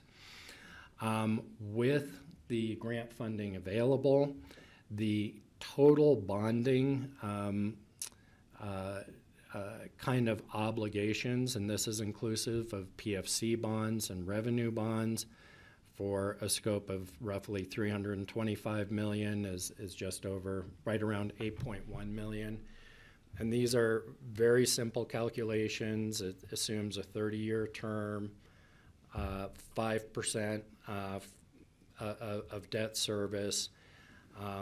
I would note that for AA bonds, we need to maintain a debt coverage ratio, so that's our revenues to debt payments of between 1.75 or 2. So we need to, roughly have double the revenues to ensure that we're maintaining our bonding. You can see how the analysis carries out for between $325 million and $500 million. With FAA funding at the table, we're between $8.1 and $12.5 million. If we're foregoing FAA revenues, we would anticipate the AIP federal funds would go away. We believe CDOT funding would not be supported if the FAA if we had a grant violation with the FAA. We did assume that we'd still be able to do passenger facility charges. However, as noted, that could be determined that we could not make a new application and those revenues would go away and that bonding authority would go away. But we assumed we'd have some good luck in this process if we went that way. And then the revenue bonds that would be required then to make up that difference. And so for 325 million improvements, you can see we go from 8.1 million to almost 21 million a year in revenue bonds. Again, there's a lot of uncertainty created if we do have these types of grant violations or if we don't have FAA funding at the table. It is not guaranteed that we'd be able to maintain that AA bond rating, in which case we'd have to borrow less or debt service would have to go up. Okay. Again, orders of magnitude, these will get dialed in as we go into design and engineering. I want to pause there just to see if there are questions from the board before going on. Question, Painfully clear. Steve? With the infrastructure money from the federal government, which we could use for building the terminal if we get the project started soon enough, is that included in the AIP federal funds on that top column? You know, it is not, but that's also why I gave the range of 325 to 500, because if we were to get more federal grant funding, Steve, it would reduce the debt obligation that we'd have to take on. Farther left in the column. Exactly. So that's why I gave the range, because there's still a lot of uncertainty there. So you can kind of play between those two. We just wanted to show an order of magnitude what we're really talking about here. Go ahead. And isn't there an opportunity, in addition to the infrastructure funds, for airport terminal funds? There's that other pot of money that's sitting out there that I think we need to make very clear on, that needs to also be spent within I think we have a 2-year, then it goes away, goes into the dark hole in Washington, D.C., and that money could be used directly to facilitate the construction of a new terminal. And It'd be huge. Really, for the board's deliberations, I think based on what you've heard, both from going to DC and from John Bauer being here, what has been reported about the FAA, I don't think, for example, Aspen Flyride, I think has been very clear that they are not recommending that we put ourselves in a position to have a grant violation. You know, I think their argument is that we could get an ALP approved that basically maintains our current airfield dimensions. We do not believe that is true from everything that we've heard from the FAA, all the way from the associate director of the airport divisions down to our local ADO manager since 2012. And so that's really the crux of this disagreement. And Greg, can I just real quick? Sure, go ahead. I just want to add to that. On top of the funding issues, when we're talking about updating the ALP with the 80-foot increase in setback, that to me, being number one on everybody's list, is safety. And the further safety we can further the safety issues, the more important it is, I think, to this community. I don't think the community, anybody in this community, is denying that we need our airport to be as safe as possible. So for me, that ties into this other issue of outside of funding, actually. John, could you, I'm trying to wrestle with this. We have, this represents a financial risk. It shows what could possibly happen if we choose a different path. It sounds as if you've got something articulated based on estimates right here, but then there are also, I'm hearing, opportunities lost. It's possible that the risk that we're we have illustrated here goes beyond what you're articulating, because if there are federal grants left over from the various federal funding mechanisms that might go away, we don't know if we'll get them, but it's likely we wouldn't get them if we were to follow this route. Is that what I'm just trying to figure out what the range and how do we assess this risk in some easy way to convey to people? If in fact we move forward without an FAA-approved ALP, we will not receive certainly discretionary federal funding or grants for our airport project. I think our discussions with our congressional delegation was clear on that. I think our discussions with the FAA and DC was clear on that. And I think it would potentially put other federal sources at risk, although that, you know, again, as a tertiary, we tried to keep this as simple as possible to do apples to apples, so we did not include, to your point, Greg, yes, there are potential opportunities that we would forego here. We were pretty much led to believe or told that if we don't have an approved ALP that matches what FAA would like us to do, that infrastructure funding and that the terminal funding would not be available to us. And that we needed to have that done within this 2-year time frame because those funds disappear. That's correct. Then just to expand on the risk to the county with the increased financial exposure, I still want to understand that, if there's any way to clarify that. Grants lost, yes, no AIP funds. What if we were to take on this sort of debt? If you could elaborate a little bit more on what the risk means when you're not sure if a bonding authority would even play with us the way. Right, and so then, you know, investors would need to look at, you know, how is the debt secured by revenues, and so we know that we wouldn't have the federal funding. There, you know, would we still get entitlement grants? I think that would be subject to a hearing process. We don't know the outcomes of all of these. What we do know is it puts all of those federal revenues into question, and I think bond markets would look carefully at that. John, real quick, the Yeah. FAA has told us that they're pulling our entitlement funds as well, starting next year. Well, so we are getting our entitlement, so it's very unlikely we'd move forward in future years with entitlement funds. And so then the question becomes, you know, are the revenues that we have at the airport through our various lease agreements and such stable enough that they would, you know, be bondable?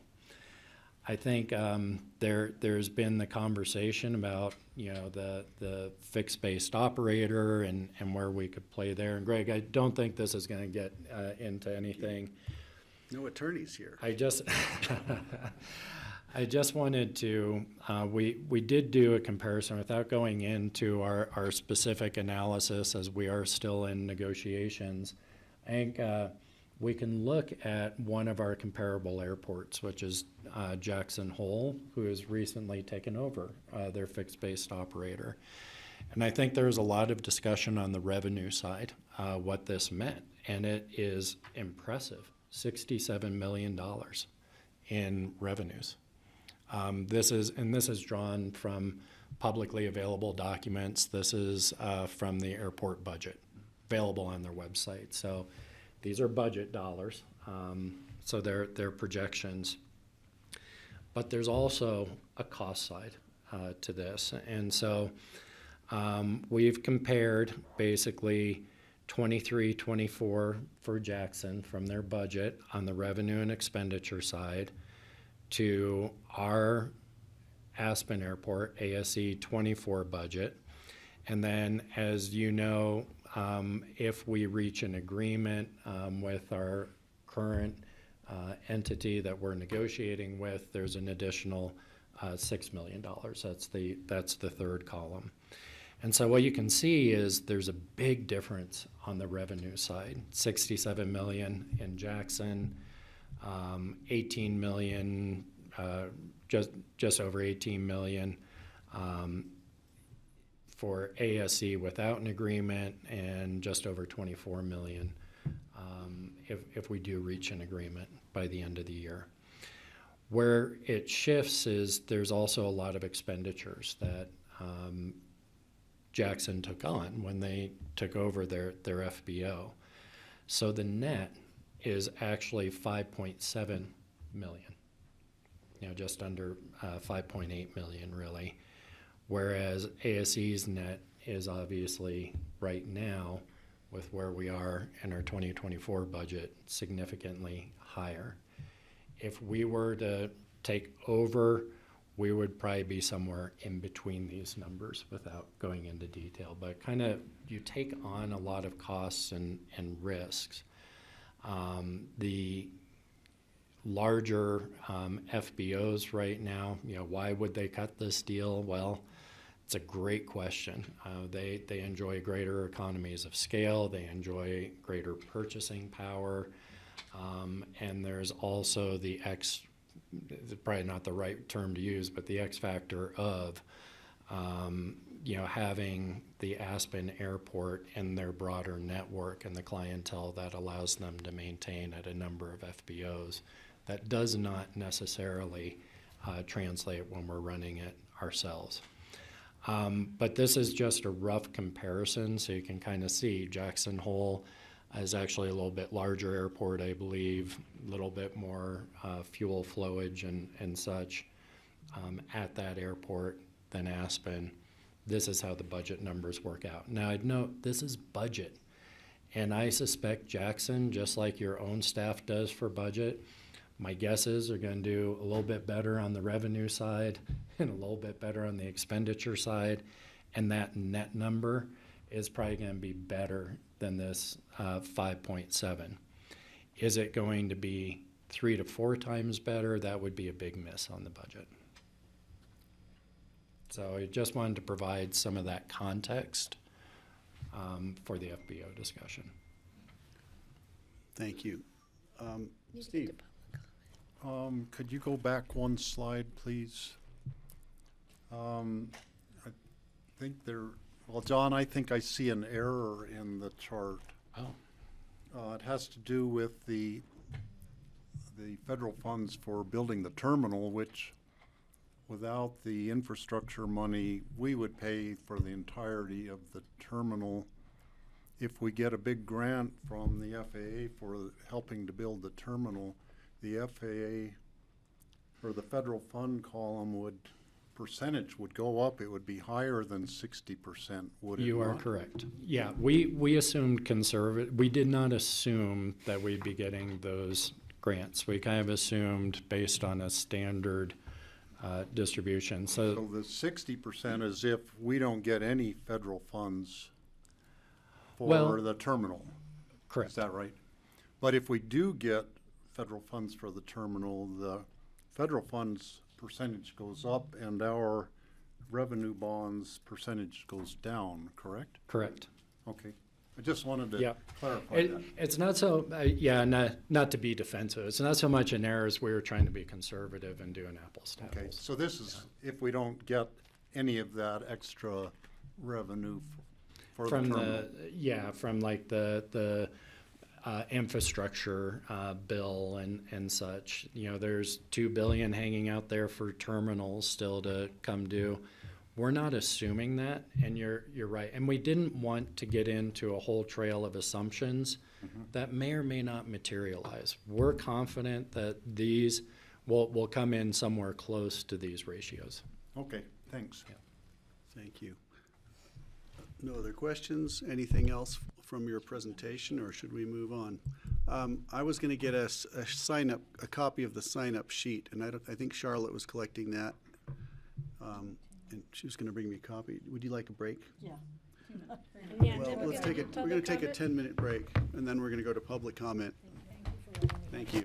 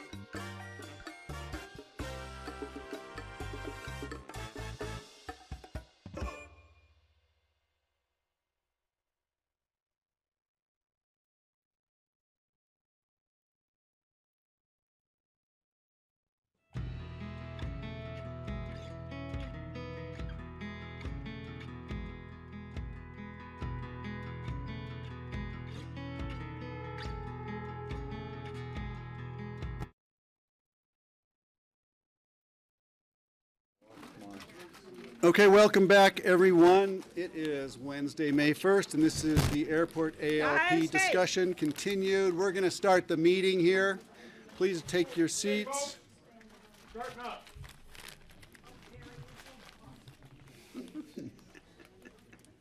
It's our All staff. right, people are settling in. It's a standing room only crowd here today. It's Rich and John. Vendors are hawking popcorn. Okay, I have a sign-up sheet for public comment. Thank you all for putting your names on the list. I see a lot of people are trying to be the last one to speak. I'm going to foil that. I just want to warn you. So I'm going to be calling on names so that everybody gets to. Yeah, we get the last word, of course. But don't be too concerned if you're not absolutely the last one to speak. Okay, I'm just going to start on this list, and I saw Kathleen was here. I'm going to call Kathleen Wanatovich up if she's on the list, and we're giving 3 minutes per each speaker. Are you coming up, Kathleen? And then next after Kathleen will be Amory. I didn't hear you. So, yeah, I'm going to call out the next speaker just so they'll be prepared in case they're in the next room. The next one I have on this list is Amory Lovins. So, Kathleen, welcome and thank you for coming in. Thank you. Okay. Push that. We need that mic so the whole room Okay. can hear you. My name is Kathleen Vonatovich. I live in Garfield County and work across the state of Colorado. I was on the non-consulting consulting team for ASC Vision. My son Alexander is 6 years old. He was 3 weeks old when I started the project. So for the last 6 years, I've been tracking the future of the airport. I'm here to witness one specific aspect of the public process, and that is the work of the technical working group that was part of ASC Vision. The technical working group labored over the technical aspects of the vision and the common ground recommendations. Specifically, no one on that committee wants bigger planes. We spent weeks, I think months, really looking at what planes would match our goals here in Aspen. Looking at what planes would be more efficient, the engine, the technical specs, all with an understanding that the future is unknown. But if we put a stake in the ground as a community of what we'd like to see, what's best for our community in terms of planes, we're just talking about planes, it was very clear when we left, it was a hard decision to make. But no one in that group wanted bigger planes. I think with the future of the Aspen Airport, the ALP layout, it's a yes and. Yes, we can approve an ALP, and yes, we can work to ensure that our emissions and our goals, and specifically the fleet that we want, will be the fleet of the future of Aspen. So my comments are yes and. And the and it is what's written in the Common Ground recommendations that for 6 years are a product in the making. Thank you. Thank you, Kathleen. Okay, I'm going to invite Amory Lovins up.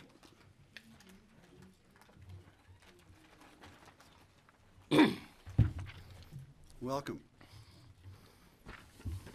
Do I need to press a button or something? No, you're ready to go. If the light's red, you're good to go. Thank you. You're set to correct the mistake of planning to move the taxiway to fit bigger planes. That bad idea, based on wrong assumptions, was added late by the Vision Committee without proper analysis, and it's wasted over a year. You're about to substitute a similar mistake, relocating the runway for bigger planes, again based on a bad process, missing analysis, and 2 wrong assumptions that we need bigger planes and FAA grants. In this room a year ago, and contrary to what John Peacock just told you, John Bauer clearly told you the FAA would not revoke our airport's modification of standard, and that you can choose to reject bigger planes and keep the MOS airfield layout and 95-foot wingspan limit while foregoing future discretionary grants. Aspen Flywright has posted his offers, videos, and transcripts with full context so you can confirm our excerpts were fair. If he didn't mean what he said, he must say so. John just told you the new runway must meet separation standard. I asked 2 weeks ago what FAA rule says that. No one's responding. On the contrary, AIP Handbook 223 says that reconstructing non-standard airfield elements is eligible for AIP funding if they're brought up to standard or if authorized by an improved modification of standard, as ours has been for a quarter century. How can it be both fundable and illegal?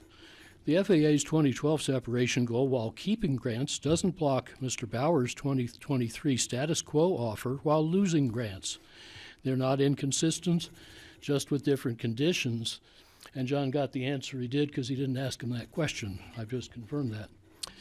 My April 8th open letter showed you from county data that a status quo airfield without bigger planes is economically rational, feasible without FAA grants, similar in net cost and speed, and probably lower in financial risk than your proposal today. As I wrote you April 20th, none of the errors claimed by county review withstood scrutiny. My April 8th letter suggested a 7-step action plan to accept Mr. Bauer's offer. You'd file a status quo airport layout plan refined from 2012's and maybe a new evidence-based forecast, prepare to finance prompt construction from new minimum guaranteed FBO revenues, seek the FAA's runway design help, and declare the county is ready to rebuild the runway and terminal at its own expense as soon as it's allowed to. Delay is then on the FAA, changing the dynamic. Denying a new ALP would contradict their own safety and efficiency mission. This approach could build community consensus and improve outcomes.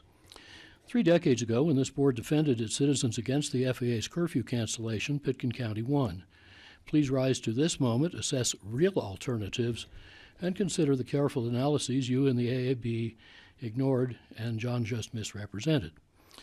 If voters reshape your strategy in November, you wouldn't want to look back on another half year wasted on another defective process, moving a different airfield element to let in bigger planes the airlines don't want, as SCICO just confirmed, to get grants you don't need. The best answer is to move neither runway nor taxiway, but build the better, safer, cleaner, modern airport we all want for the planes we have. Thank you. Thanks, Amory.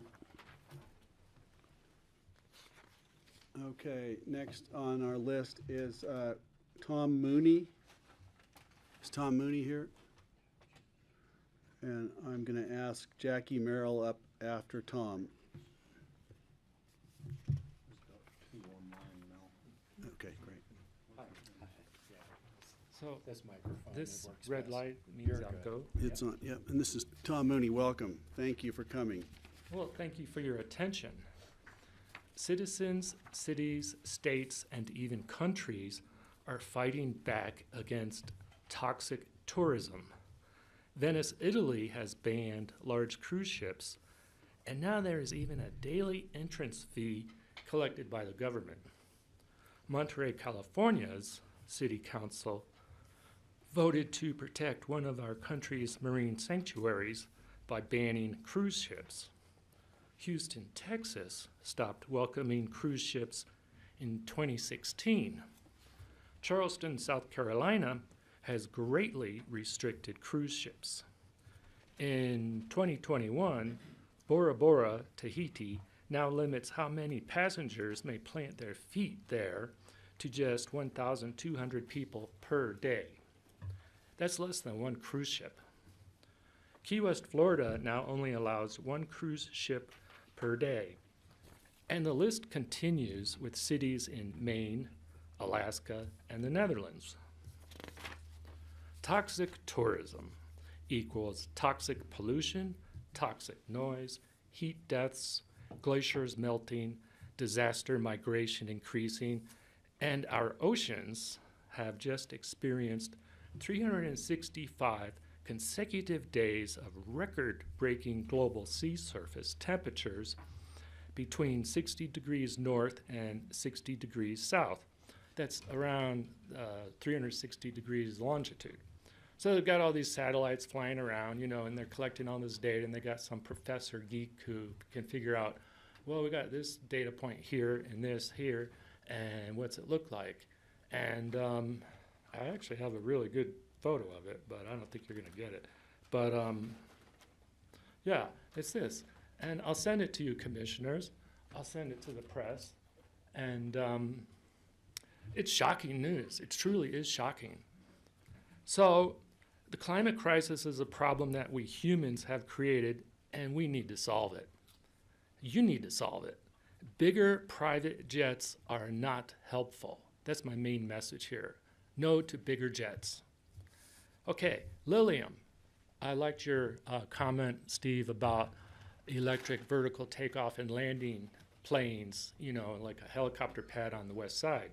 Because I plan on chartering a Lilium to fly me, my friends, our bicycles, and a picnic basket down to Denver for a day of fun.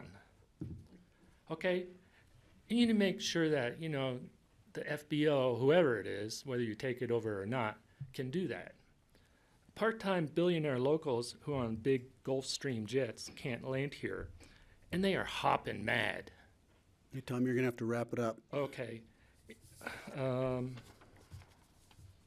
May we all leave a better future to the next generations that will inherit our climate problems that we have created. Thank you. Thank you. Okay, Jackie Merrill's up next. After that, I'm going to have Greg Goldfarb.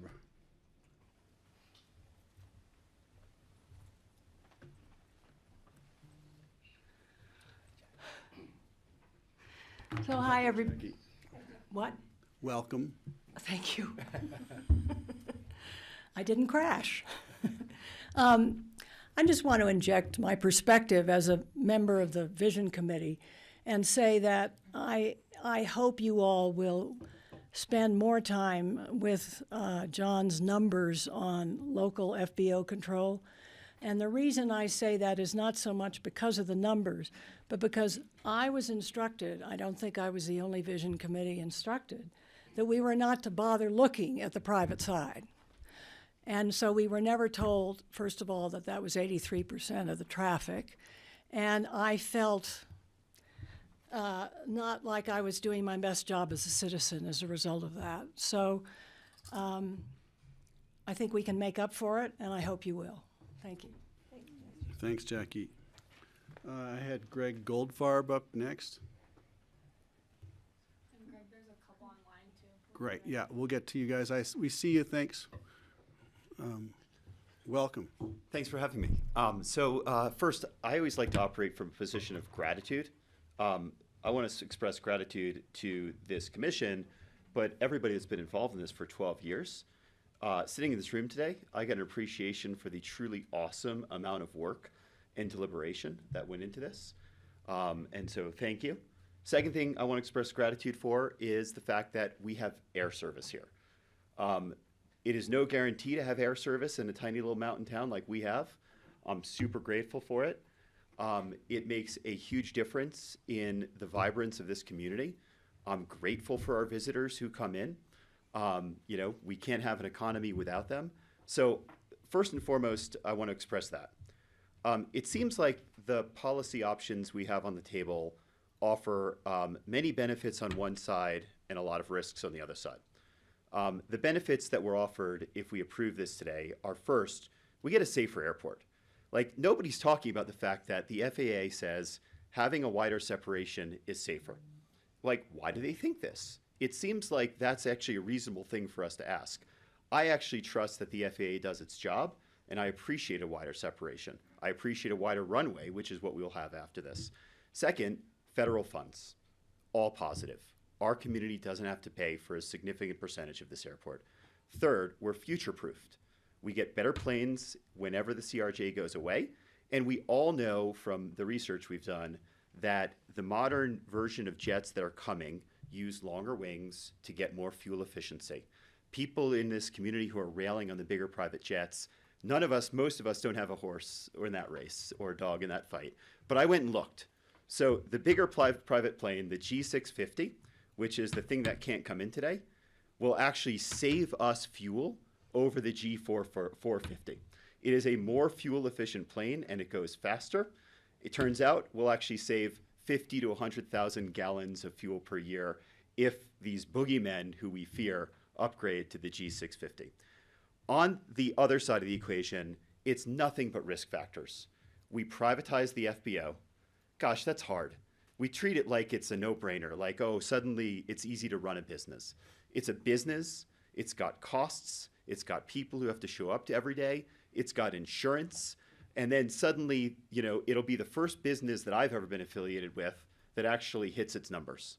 So there's all these if statements associated with the whole plan on the other side revolves around the FBO. That's a very, very risky bet. I feel like we ought to go with a sure thing, safer airport, safer planes. I look forward to a modern navigation system on the plane and not the CRJ that we fly today, which has been nothing but trouble. I can't even tell you how many maintenance issues we've all experienced in that plane. So let's just make this easy choice, and let's just respect the work that's been done in this process, for which I am grateful, and I'm grateful for the air service that we have in this community. So let's keep it going. Thank you. Thanks, Greg. Okay, I neglected to follow my own rules and call somebody, have somebody else in the queue. Let's go online, and I'll pull somebody from online. Justin Todd, are you able to speak? Who's on deck? He's on deck, which means he's Who's ready to on go. deck? Who's on deck? Justin Todd. Can you hear me, Greg? I can. Thank you. You're going to have to speak up. It's a little quiet here. Thank Of you for course, of coming. course. And it's Justin Todd. Great. It is. Thank you for your time. I appreciate it. Justin Todd, I'm the general manager at the Aspen Meadows Resort here in Aspen, Pickens County resident, and also on the Aspen Chamber Resort Association board. And I also echo everyone's hard work in this process in trying to pull together the best and most useful plan for us into the future, and trying to make sure that we are supporting the airport layout plan that has been outlined and that you are considering right now is absolutely necessary and essential to the infrastructure, to the improvements, and it's not about expansion. That is not what you are outlining, and I think that message is not getting through for some reason. So we need to ensure that we are talking about the facts and what is actually being outlined here. And for us, the big thing is making sure that we have an airport that not only supports our tourists that are coming in, but that supports our local community. And with the tourists that are coming in and supporting our local community, we will also be able to support jobs and ensure that we are able to provide well-paying jobs for our locals here within Aspen and within the entire Roaring Fork Valley. So truly appreciate all that the Board of County Commissioners is doing and all of the other team members who have worked on this for many, many years. That's all. Thank you. Thank you, Justin. I'm going to stay online here and go to Daniel Baker. Hey, can you guys hear me? Yeah, just speak up as best you can. Thanks. All right, how about this? Is this loud enough? No, but it's all we got. Okay, I'll do my best. So hi everyone. My name's Daniel Baker. I'm a part-time Aspen resident as well as a pilot and pilot instructor. So although my background's in aviation, I'm not in the FBO business and certainly don't fly any airplanes that come anywhere close to wingspan limitations that are part of this conversation. So my feedback is simply based on my expertise rather than any personal interest. So not only do I appreciate the opportunity to speak today, but I really value this kind of public discourse. I think it's something that makes Aspen great. And I think it's worthwhile that folks are asking questions like, do we need FAA funding and what aspects of the airport can we control? But I think it's critical that we acknowledge that this is a very complex issue with both regulatory and technical requirements. And we need to keep the conversation to be fact-based and in order to have a productive conversation. So the reality is the airport is critical to the future of Pickens County. And the county cannot do it realistically in any way without the FAA support.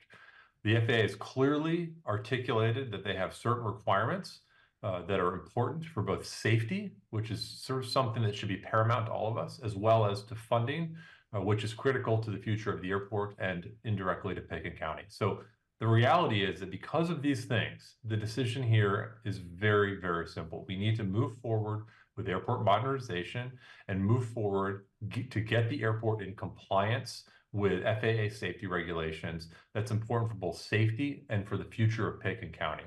So although I think all of this discourse is valuable and I enjoy the opportunity to participate and for everyone to do so, the aviation experts agree on this matter. And so this kind of concern about the impact on the community as well is important to have. But the fear that this will change the community is not one that I agree with. And I think the fact of the matter is that when we have a more modern airliner servicing Aspen than the CRJ 700, that new airplane is going to be safer. It's going to be quieter. It will have reduced emissions, both in aggregate and on a per passenger basis. It will be more reliable mechanically. It will be more technically sophisticated in a way that allows more modern GPS-based approaches. And all of that will be positive for the community and for travelers. So I thank you for your time, and I really appreciate your support for airport modernization. Thank you, Daniel. Okay, we're going to bring it back to the room now. And I'm going to call, it looks like Jared Goulet. Are they in the room somewhere? Perhaps in the next room? I don't see them. Okay, I'm going to move down. We'll come back to that. Jeff Bay. There we are. Did I pronounce that correctly? No, that's okay. Jeff Bay. Bay. My handwriting is just terrible. I apologize. But I do appreciate your time and your attention to this. My name is Jeff Bay. I'm a 15-year resident of the Valley. I'm here today representing my position as the Vice Chair of the Aspen Chamber Resort Association, but equally as well as a resident community where I own a home and I raise my family. I thank you for your time today to hear feedback from the community on the very important topic of the airport layout plan. This process has been researched extensively and discussed within the community for decades. I was a participant in the Airport Experience Working Group in 2019, and I've tried to keep myself educated regarding the key facts in this important decision. The importance of an environmentally enhanced, safe, reliable, efficient, and economically viable airport to this community cannot be overstated. Thousands of hours of intelligent discussion have taken place amongst all facets of the community to come to the plan that you're presented with today. While I understand that change is difficult to many within our community, including myself, I support a partnership with the FAA in ensuring that strategic advice, financial security, assistance and compliance and oversight of all aviation-related activities take place while we undertake the next phase in the enhancement of our air service. Taking action now upon a well-planned, financially sound approach to the improvement of our airport, I believe, will provide the best option for long-term success and sustainability. I hear many talking points in the community indicating that financial resources can be brought to bear from other sources, but these have not been thoroughly analyzed and proven, and taking into account the long-term financial costs of not just the runway rebuilding, but also the terminal and the ongoing investments and improvements. This will require financial resources much greater than local resources can develop. There's also seems to be concern that improved airport facility would bring in much larger planes and potentially increased commercial traffic, straining our local community resources. There currently is no limit on the amount of private planes that could visit our airport, so improving the runway will not result in a significant increase in private plane traffic. If anything, it would allow more modern and efficient and quieter planes to fly into the airport. I also wanted to respond to recent comments made that the Aspen Chamber Resort Association is supporting this and not truly representing its members in its support of this measure. All members of the board, including myself, are elected by their respective constituents representing various segments of the business community, much like each of you are elected by your constituents. We meet regularly with our constituents to discuss topics of concern and to inform our conversations within our organization. Any of us can be voted out if our constituents do not feel we are accurately and fairly representing them. The ACRA Board of Directors takes great pride in ensuring that all voices are heard within our community and that the suggestions and recommendations are made based on the consensus of the organization, not by any particular group within it. I appreciate your time. Thank you. Thanks, Jeff. Okay, I'm going to go to Valerie Braun. Valerie, are you here? Can I do a quick disclosure? Disclosure from Patty. Go I just ahead. want to just quickly, I sit on the Aspen Chamber Resort Association Board of Directors. I did not participate in the Board of Directors discussions about the airport layout plan specific to any support letters, et cetera, that they have submitted. Thank you, Patty. Valerie, welcome. Nice to see you. My name is Valerie Braun. I'm a member of the Aspen Airport Advisory Board, but today I'm speaking on behalf of myself. I spent hours and hours writing out what I wanted to say today, but I think I'm just going to speak from my heart. And from the very beginning, a concern that I and many people had was that we were told that there would be no aircraft that could replace the CRJ. In other words, that would be able to operate in the current situation that we have with a 100-foot runway and the 320-foot separation space. It turns out that there is, and we're actually in the process of certifying that aircraft now. But everything that the Visioning Committee worked towards, and all due respect to the technical group, which I sat in all of them, and it was a lot of information to assimilate. Those decisions were made based on the fact that we were told over and over that there wouldn't be a replacement aircraft that could operate on our current configuration. So I challenged the thought that the recommendations were made with all the information. So I'm sorry for that. I'm actually very sad about that, because I think a lot of this could have been avoided if we had had another opportunity to hear from other manufacturers, and the fact that there is clearly an aircraft that's going to be here, whether we change the configuration at the airport or not, for a good long time. If we leave the airport in the configuration it is now, we would be able to have a west side runway all the way to a west side taxiway all the way to runway 33. That's safer than having aircraft cross. That just is. And the relative distance between a 100-foot runway and 320-foot separation and a 150-foot runway and 400 is pretty close to the same. So I'm not sure that that's an accurate description of how the 400-foot is the magic number for safety, no matter what size our runway is. And finally, I apologize to all the speakers that are coming after me. We have a veterinary emergency in my family, and I need to run right now. But thank you for the opportunity to speak again, and I hope that everybody here gets a chance to really do some hard thinking after we get through with this discussion. Thank you. Valerie, thank you, and good luck with your pet. Okay, I'm going to keep us moving. Is Tony Kronberg here?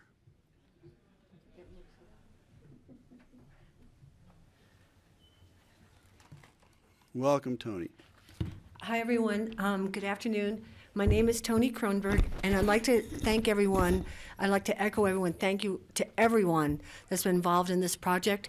Today, the information that was presented was clear, concise, and very detailed. My background with the airport, I started at the airport 48 years ago, throwing baggage for pick and portage. And then I was also a member of Crash, Fire, and Rescue, and safety is always one of my top priorities, especially having to man a fire truck out there for years and watching planes come in and just hoping that that one wasn't going to crash.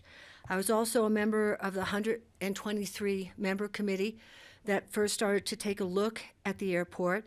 I also worked for Pickens County for line management, which basically is getting all the crowds in, which led into the recommendation which the county instituted about expanding the waiting area for passengers into the existing restaurant and the former offices. I also have worked security at the airport for probably 15 to 20 years, so I'm very familiar with the layout of the airport. Did night patrol, I did shack security, traffic security, any kind of security you can think of was what I've worked, as I said, over the last 20 years. One of the things that jumped to my attention was when John Peacock said today that back in 2012, the FAA did not approve of our current layout for the dimensional requirements because of safety. And again, I'm all about safety. I was also a member of Mountain Rescue for 20 years, and I've been on quite a few plane wreckages, so I see the personal effect of it. I support the amended airport layout plan because it gives us so many different opportunities. Steve Child brought up about the placeholders, I think maybe it was Greg earlier today, about placeholders for mass transit and then also for the terminal. We have more space, even though that's a placeholder, it's not in this plan. And when I think about the financial unintended consequences of not receiving this money from the FAA, Picken County doesn't have the kind of money, one, to do the improvements at the airport. We may as well say goodbye to the new jail and the mental health facility. Affordable housing needs Picken County dollars. And then Highway 82, recently you took a look at Smith Hill Road, which could well be millions of dollars to repair that. So far as the safety aspect of it, I believe that moving the taxiway further south is 1,000 feet. That was an issue that you brought up, Steve, that is imperative, especially the fact that we have a lot of winter, icy, windy kind of conditions that affect all the pilots coming in. Environmentally, when I take a look at the fact that you're going to increase the parking space so that we have an additional 60 parking spaces, I said, well, that means we have less amount of planes coming in.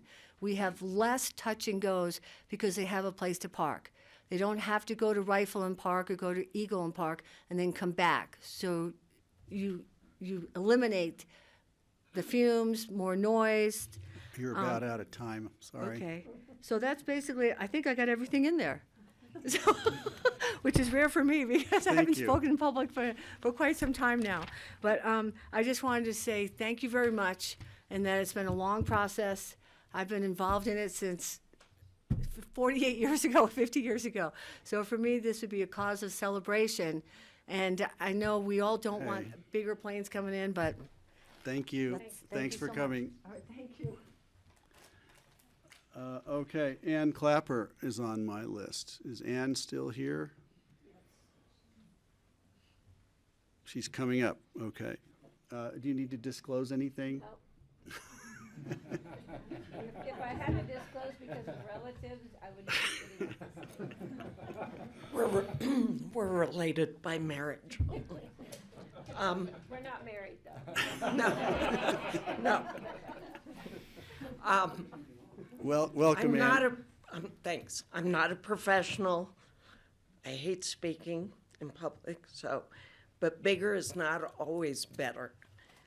I commend the commissioners for reducing house sizes recently, and that has been a long process. So what I see is this is going to just keep going and going, getting bigger and bigger, and the people that live in Woody Creek, on Buttermilk, in Aspen, are going to be impacted by these bigger planes. I go to the music tent. There's often times that a plane has to circle back around, and you can't hear the music for them. I worry about the safety. The airport could impact both sides on two ends, Highway 82. I was somewhat connected to a crash in Shale Bluffs. I think that's very dangerous. And I also think that the hospital could not handle the kind of catastrophe that we're asking for if we do bring in bigger planes. I just flew back from Mexico on a 737, landing in Denver in a storm. There was a very hot landing, and I was thinking, okay, our runway is not this long. This plane wouldn't have done it.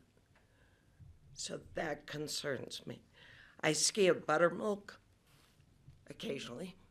The fumes there are awful as it is.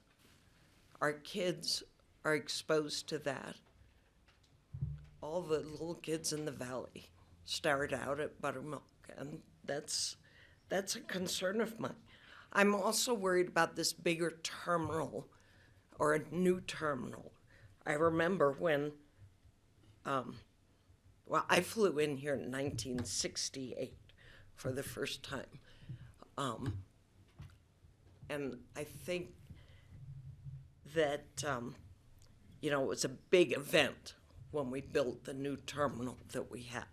And unfortunately, because of 9/11, we lost some of that usable space. I don't think scraping the terminal and starting from scratch makes sense.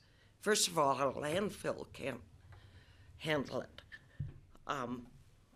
I think some of that could be reworked and added on to, but I wasn't privy to any of these meetings and things, but I just felt like I needed to voice my objection to this. Thank you, Ann. Thank you for coming. I appreciate it. Okay. Can I add one more thing? I just saw my note. 80% of the traffic is private. Why is my flight always delayed because of the private planes? And now the airlines are going to have to pay us cash for missing our connection. And I think that needs to be changed. A scheduled flight should have priority. I agree with that. Thank you. Thank you for that. I have Chuck Butler. Is that right? Greg, Hello? did you say Josie J on the list? Yeah, I do. Your husband, right?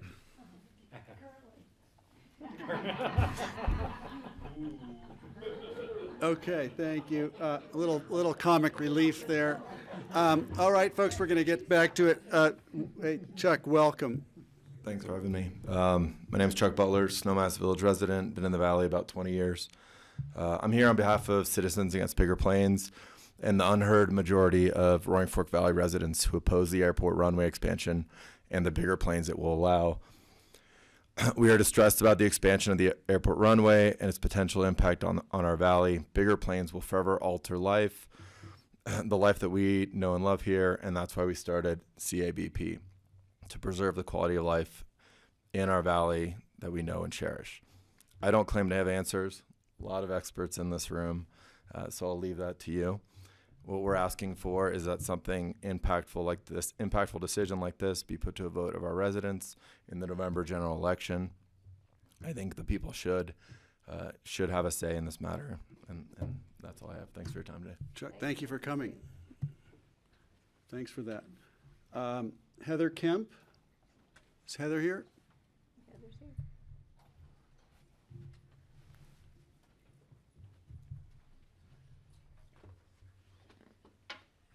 Hi, welcome.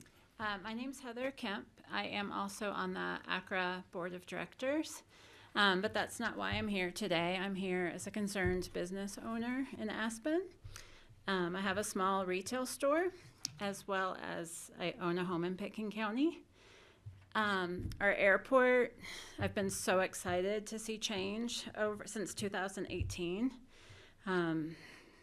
And I've just been really looking forward to that. So I'm here to ask for an improved Aspen airport experience.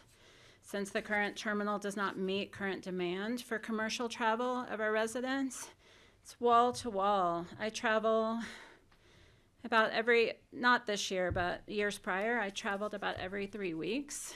And due to weather delays and mechanical issues with the Canadair jets, regional jets, constant diversions and different things, it's just not creating an experience that's as extraordinary as our resort. That also, local businesses really rely on tourism dollars, and our second homeowner community also, they have a car parked here in the garage. They need to fly in to spend the summers with us. And so I have many customers that fly private. I have many customers that could fly private but choose to fly commercial. And I believe an enhanced commercial experience will really benefit everyone. So I'm asking for you to vote for the new airport layout plan and kind of thread the needle and continue the conversation and keep the airport experience going and get the airport reworked. Take advantage of the FAA dollars, and that's the responsible thing to do. Thank you, Heather. Thanks for coming in. Okay, up next, I'm going to I've got, looks like Michael Goldberg is up next. And then after him, I'm going to be calling Kate Spencer.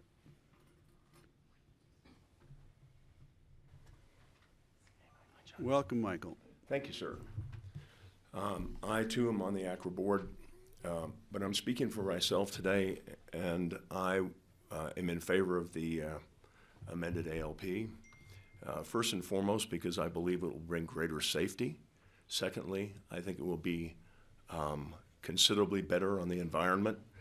And I speak with a 50-plus year experience of being in the transport aircraft leasing business.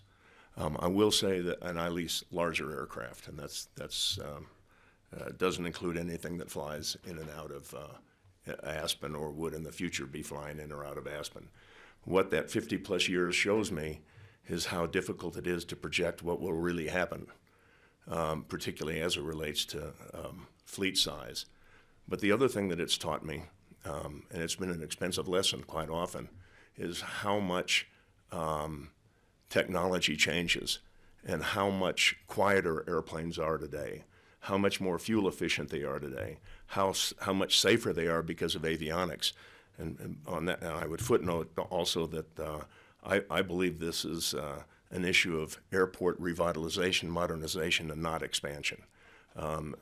If you call 50 feet widening the airport expansion, I call that a safety improvement, and I say that again with some experience because I've flown in and out of this airport as a pilot for over 35 years. And I can tell you that extra 50 feet makes a difference, particularly with the kind of weather that we have.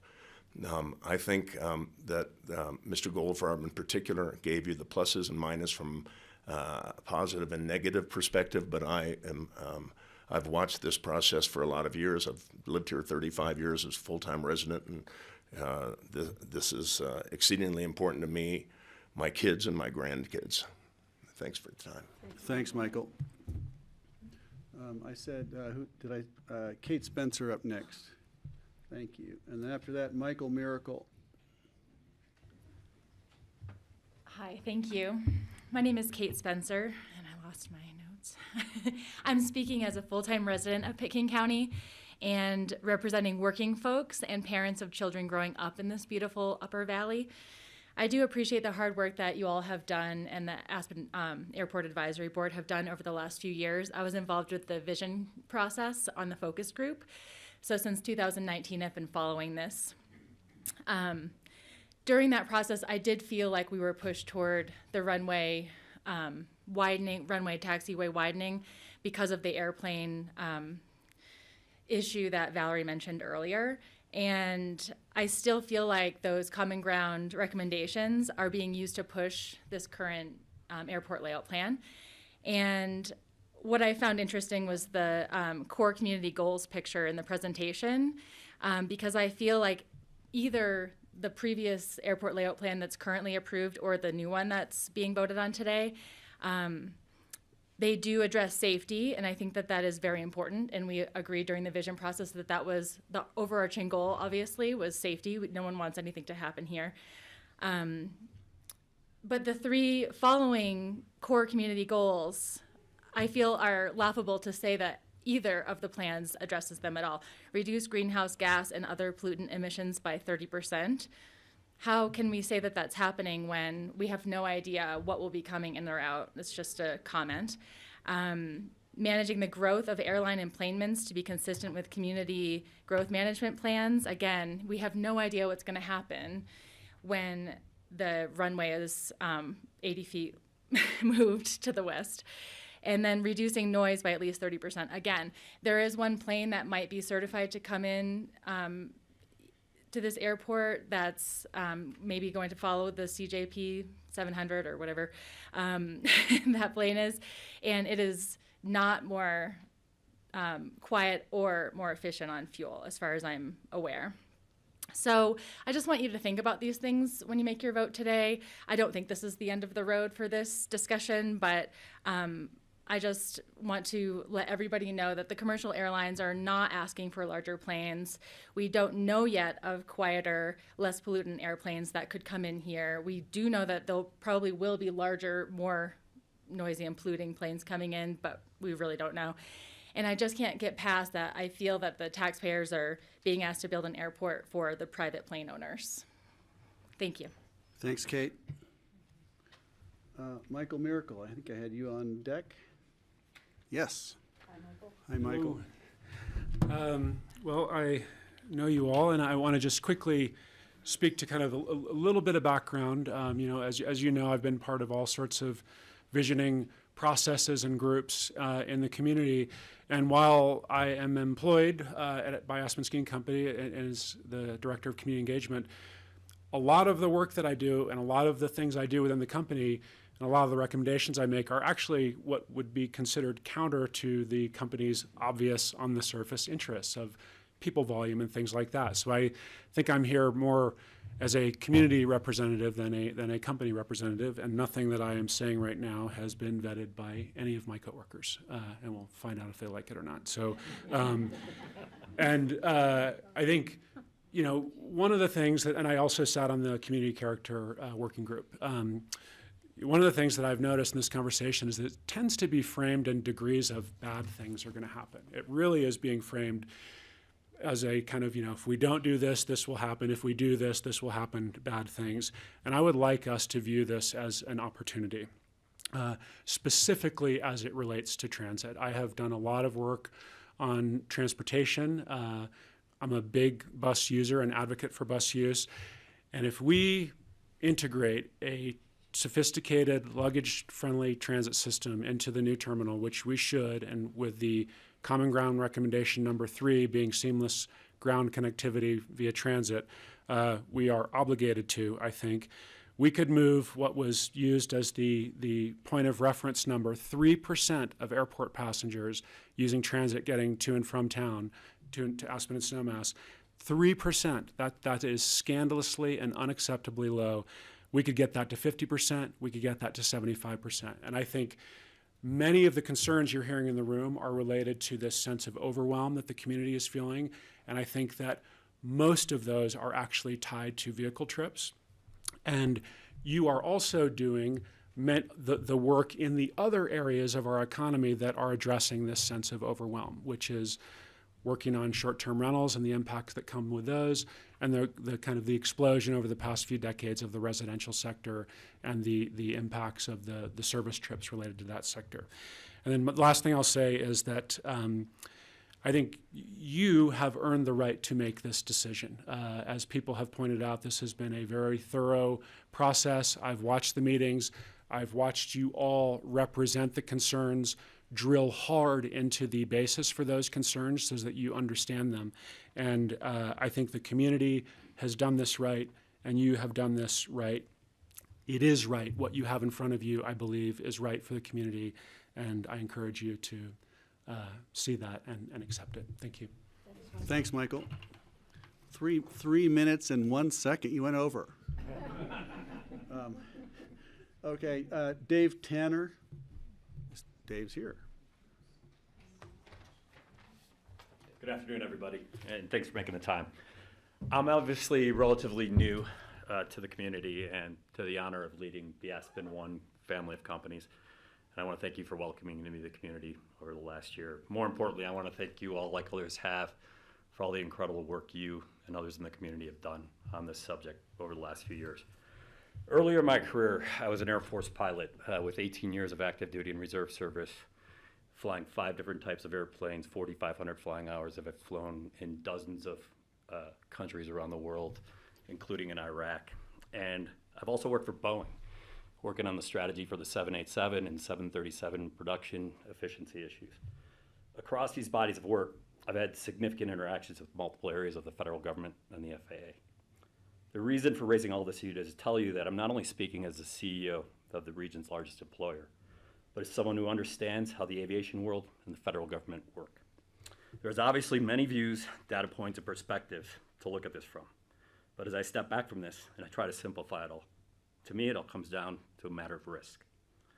One path we have is the federal government and the FAA paving the path for us with funding to do it on an immediate timeline that gives us the potential real solutions to this community's infrastructure needs, climate goals, funding needs, and congestion concerns, and expands on the community's legacy of being a place of world-class thinking, leadership, solutions, and excellence. On the other path that can embroil this in risks for years of politicking, approvals, ballot initiatives, multiple levels of funding needs, and no clear consensus or roadmap ahead. Meanwhile, we have a time bomb and a runway that is in decay, and an airport that lacks modern safety standards is not worthy of a community of such excellence. My experience tells me it's generally not good to fight a regulatory agency that can also be a potential funder. This is a once-in-a-generation clean shot to do something amazing, while the federal government still has the ability to fund infrastructure at this scale. We cannot underestimate the risks of throwing years of hard work into the wind in the hopes that the other path will somehow yield a still yet to be really described better path. I worry about the disruption risks that inaction could cause. There are many forms this disruption could take, but imagine just one of them for a moment. What if our runway issues or other regulatory changes cause the FAA to shut down our outdated airport? Our company and many others would be forced to take dramatic actions.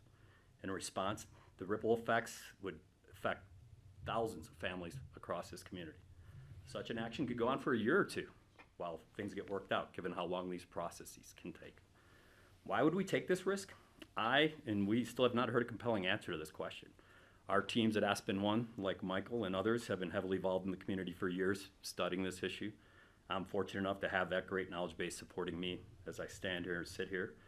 But I can tell you that in our collective judgment at Aspen One, that we should be moving forward with the amended ALP that you guys have already approved. So, thank you. Thanks, David. You went 5 seconds longer than Michael. All right, I just want Michael. John Doyle. Is John still here? He's here.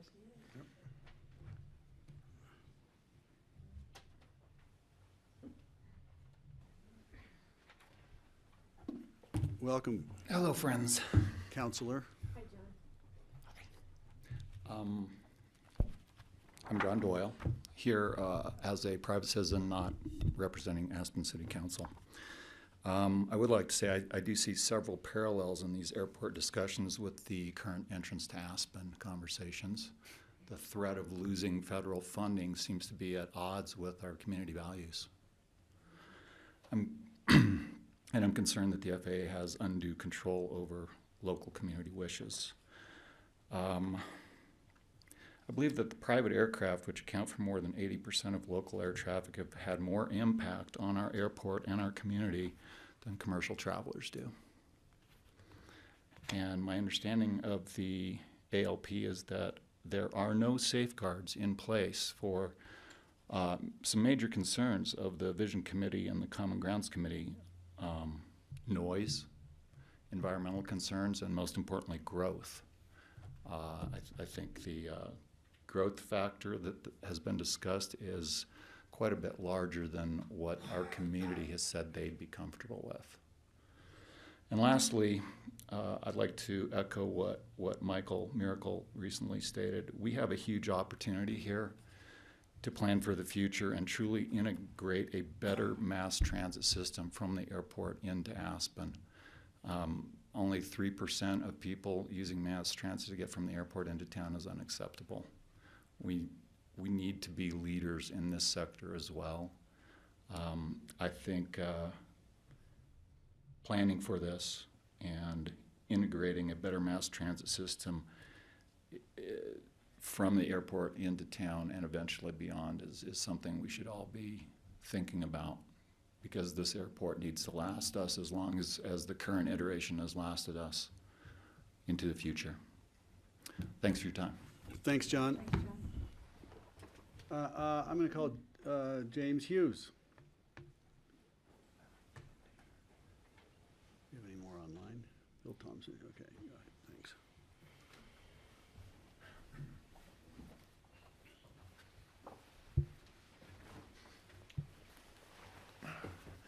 Thank you for all that you've done. As everyone has said, the hours have been incredible. I served on a committee like this in New Jersey over issues of sewers as opposed to airport, and I can promise you I understand the hours and the difference of views. There are two things I wanted to say. First, I served on the Experience Committee. At the very first meeting, some of my colleagues have already spoken today. At the first meeting, I asked for all of the numbers on the private aircraft. I was advised by our advisor, appointed by the county, that that was none of my business. I said, how can I exercise my responsibility and discretion as asked by your committee to serve if I do not know the facts? And he informed me the facts were none of my business. So every single meeting of the Experience Committee, I attended all but two, I asked the same question. I received the same answer. I thought that was really quite extraordinary. In part because I could imagine, as it later turned out, that 83% of the activities at the airport were private. It's very difficult for me as a lawyer to understand how logically to understand how to deal with something when you can't be told about 83%, only 17%. It was a very, very strange procedure. Let me go a little further than that. It does make sense to me on the FBO question, which is the one I was trying to raise all through those meetings, is that the people who use the airport the most should pay for it. As I said in an op-ed, that's the Willie Sutton theory of where the money is. As he said, why do you rob banks? Because that's where the money was. I thought it made tremendous sense to try to figure out whether the revenues that private aircraft were creating could be used for us for the things that the county and the population asked for. Again, I was stonewalled. I do think today, John, thank you so much for the numbers. I think they were very impressive. I think Amory's work to try to develop those numbers has also been very credible. Just personally, I cannot understand how we could make a decision that has a 50 to 100-year horizon without understanding whether the people most using the airport would pay for the improvements that we seek rather than the improvements that we really don't need. That's my problem. Thank you very much. Thanks, Jay. I have Allison Bektesh up next. Is Allison here? She is.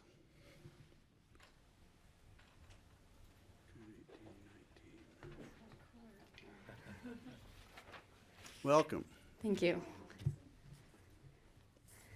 I'll echo the appreciation for having a specific meeting on this very big topic and all the time you've taken to consider the ALP moving up to this point. I am Allison Bektesh. I'm the Public Affairs Manager with the Aspen Chamber Resort Association.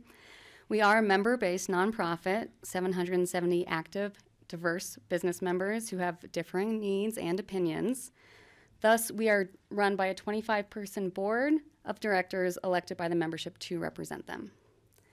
The organization is in support of the amended airport layout plan you're considering today.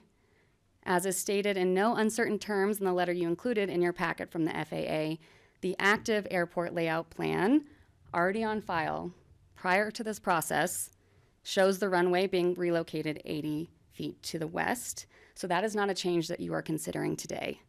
That is the current status quo. What does change today, if you should pass this, is the community-driven common ground recommendations that align with the future of an airport with our local values: safety, a reduction in environmental impact, and noise disturbances. Please don't forget that 123 locals, many who are deeply connected to the business community, worked for thousands of hours to create that plan. That is the local voice we ask you to honor today. We don't believe that regional jets with, and I know you have experts in the room, 6 additional seats on the commercial side, and private jets that can't fit more people will cause an unimaginable influx of crowds into our town.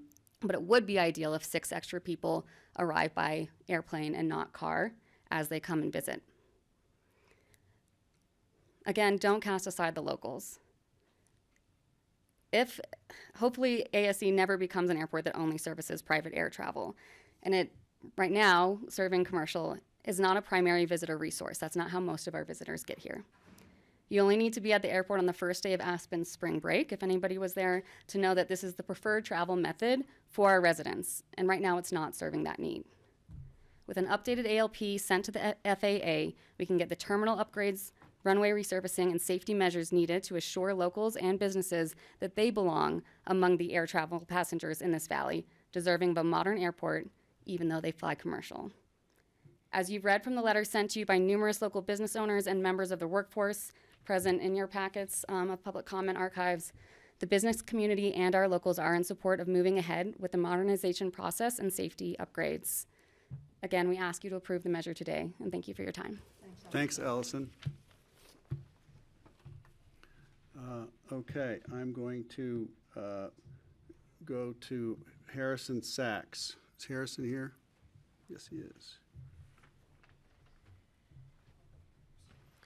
Hi, how's it going? Welcome. My name is Harrison Sachs. I'm a Picken County full-time resident. I was also a member of the Aspen Vision Committee. I'll be pretty brief here. I won't kind of rehash all the positive things that a lot of people have said. I'm a strong supporter of the new airport layout plan, the ALP. We need the airside improvements to ensure great commercial service into Aspen for tomorrow and well into the future. The new ALP will ensure this while meeting the community's goals that were laid out in the public ASE vision process. Many others have given the specific reasons why the new ALP will serve the community. I won't repeat any of them now. I believe the majority of county residents, valley-wide residents, full-time residents, part-time residents, visiting guests, and our family and friends, all who use the airport, support the improvements the new ALP will provide. I also think the new ALP is the only fiscally responsible solution to improve the airport for the county. I suggest that you move forward as quickly as possible with this. Thank you for your time. Thank you. Okay, let's see. I'm going to call up Ellen Anderson. Ellen?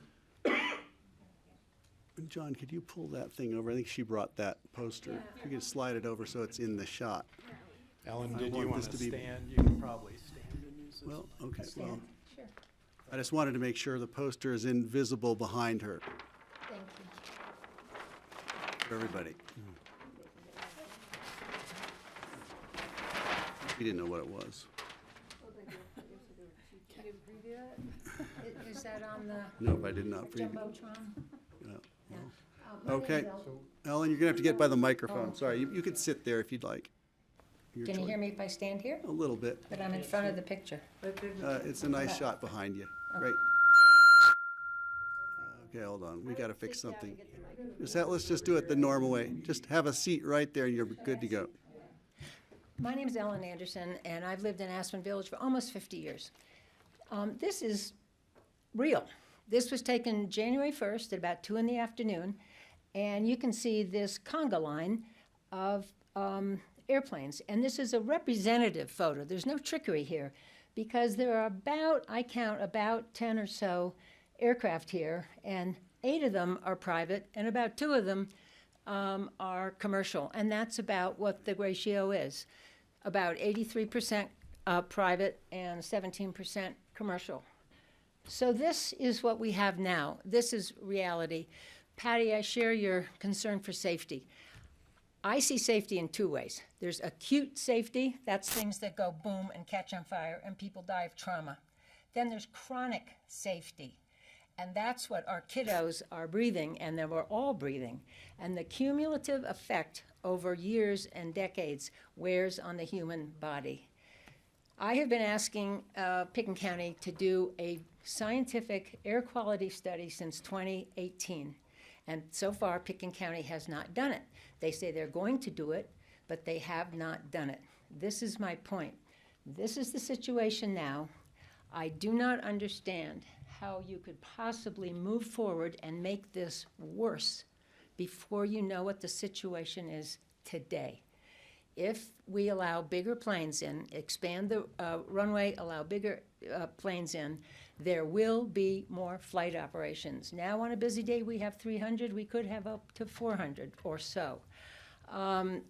Business Aviation Magazine said about a week ago that the average age of a business jet today in the United States is about 18 years old. So we will get some newer jets, but we're going to get a whole bunch of older, dirtier, private jets. This is my message. How can you move forward before you know what the kids at Powder Pandas or the Hideout are breathing? The only study that's been done was a citizen science project coordinated by Aspen Flywright. I was one of about the 8 people that was out there for 5 days with sophisticated measuring equipment, measuring the air. Short version is not perfect, citizen science, but the outcome was it showed enough to show it needs to be studied scientifically, thoroughly. And I think that needs to be done before you can open the gate to make the air worse. This isn't fiction. This is what's happening now. How can you make it worse? I say vote no now until you know the facts of what our kids are breathing now. University of Southern California has lots of information on what fine particulates do to especially children's lungs. Goes from the lungs into every organ in the body, and we don't know what the situation is at the airport. This needs to be studied before you make a decision. Thank you. Thank you, Ellen. Okay, is Tricia Luthas here? Okay, Tricia's passing. Did I call Summer Berg yet? Nope, okay. You're on deck, thank you. Good afternoon, Commissioners. I just wanted to briefly say that I'm a bit concerned about the idea of pushing this to a vote of the citizens, because there's already been committees and a lot of processes put in place that went over 6 years, from what I understand. This is a highly complex subject and so much information that I really encourage you all to make this decision and not try to have our citizens expect them to really understand all the things that we're talking about today. I think this is a really important decision for you to make, and I hope you support it. And I'm very confused about the last presenter. I just made a quick note since I have time. I don't understand why the private versus commercial planes matter, the 83% matter. Whether you approve this or not, you don't control how many private planes come to our airport, so I just don't know why that's relevant. So I encourage you to vote in support of this for all the reasons already talked about today, and that's it. Thank you. Thank you. Okay, is Jeff Buckheister here? Yes. Jeff. He got it close. Burkheister. I was close. Was there an R? There's a C. It's an R or a C? It's a C. Sorry. Good afternoon. Jeff Buckheister with Aspen Skiing Company. Hello, everyone. Thank you for hosting all of us today, for listening to all of us, and for being part of this process for far longer than I've been in town. I've been here for just over a year. I'm not an airport expert. I have, in fact, though, on the other hand, spent 25 years in the ski business and have run ski resorts across North America, including a long stint in Canada. What we have in front of us and what I wanted to talk about briefly is we have an opportunity to look at how our community behaves and how I intend to lead our company as a member of this community is to aspire to be the world leading ski resort with world-class operations. And I'd implore you to think about for a moment that I think we can only do that because we live in a world-class town and we operate in a world-class town. I would implore you to vote for the airport because I think that a world-class town also needs a world-class airport. So we show up at work every day and we aspire to be world-class operators of skiing. And I appreciate all of you that come onto our mountains. I would say that we have a strategic vision at Aspen Skiing Company, and that strategic vision is that we focus on quality. There are other ski areas and ski resort operators that I've worked with in the past and that I've seen. The Vails, the Alteras of the world. Their models are built on volume. And there's an assertion that an approval of this airport layout plan will lead to increased people coming into our town and increased skiers in our mountain, and that the goal for us is to just bring more and more in. And I just wanted to share with everyone that our position is that we will continue to work on being a quality operator where quality is the primary factor and not volume. And we believe that regardless of what happens with the airport, that our operations will not attract more people, that they will attract people that want to come here for quality. And so I implore you today to consider the airport layout approval. On behalf of the Aspen Skiing Company, we think that a world-class ski resort and a world-class town should have a world-class airport. Thank you. Thanks, Jeff. Okay, I had Summer there. Oh, I have Barry Vaughn.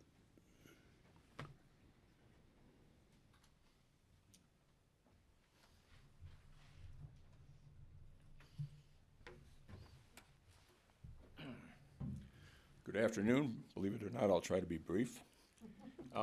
Everything I'm saying here is it's just my opinion. That's all it is. Just a few thoughts that I hope you will find helpful.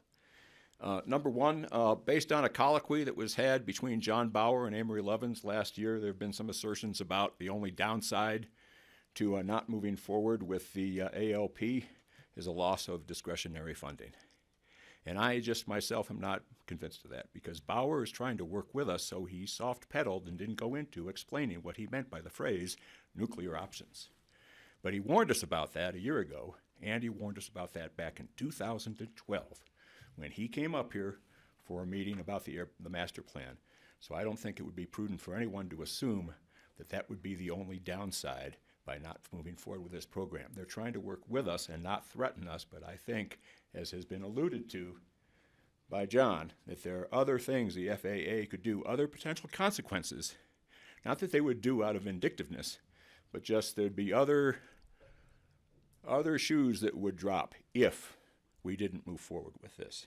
So that's number one. Number two, the big bad plane conspiracy.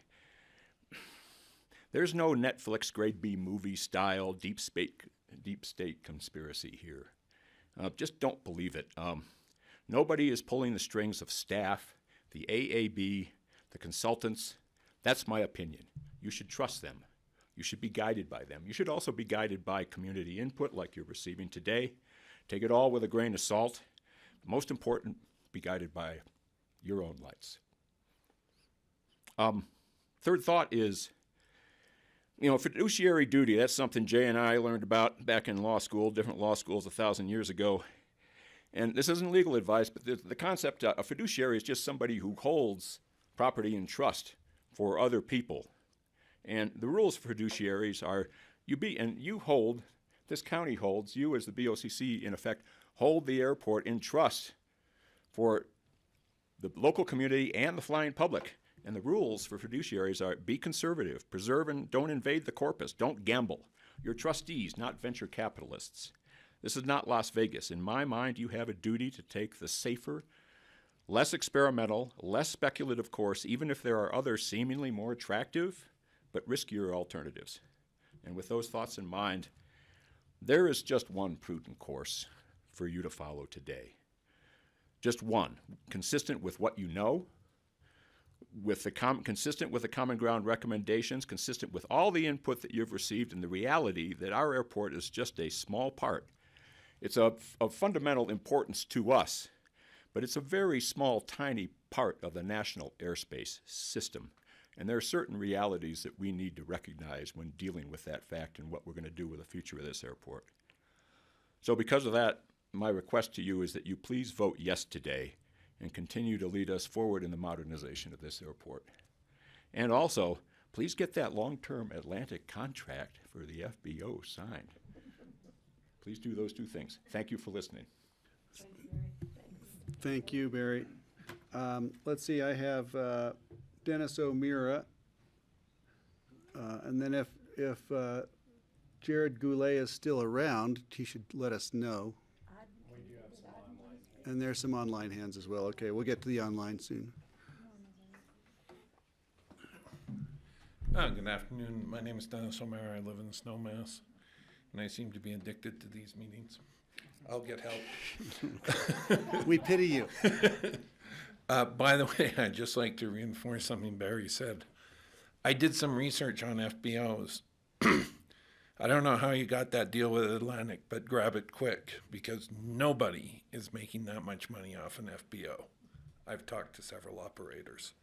That's an aside, but one of the big issues is this is really about this 96-foot wingspan limitation.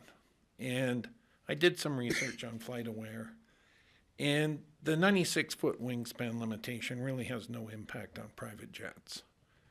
I looked on FlightAware at noon for 7 days running, and there are only 2 jets flying in the world that cross that threshold, the Global 7000 and the Gulfstream 650, and on average there are 20 flying a day.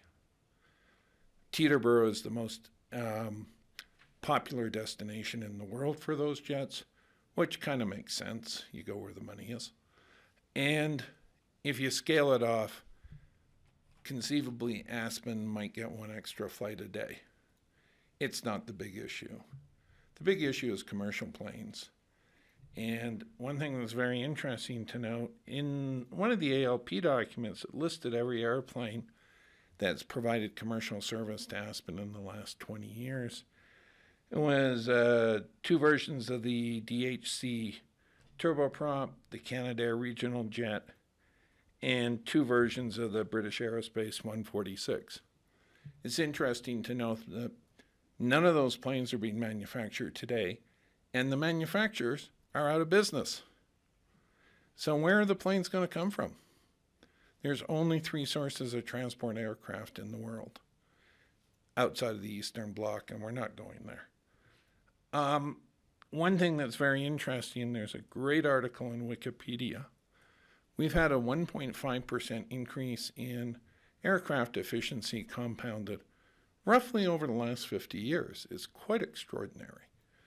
And the big thing is, it's not about bigger planes, it's about newer planes. Newer planes use less fuel. Less fuel is less pollution. More efficient engines are quieter engines.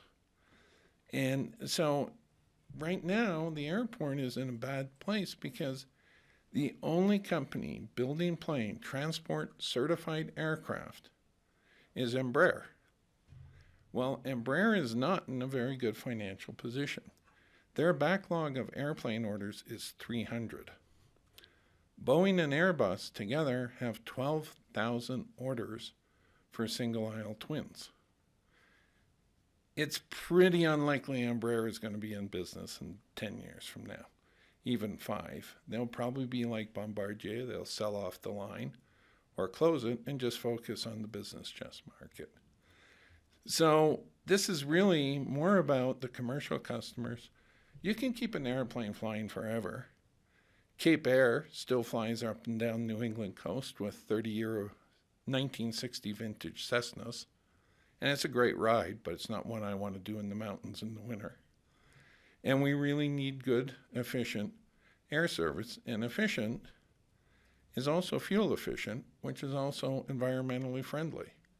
And to do that, we can't paint ourselves into this ridiculous corner of 96 feet.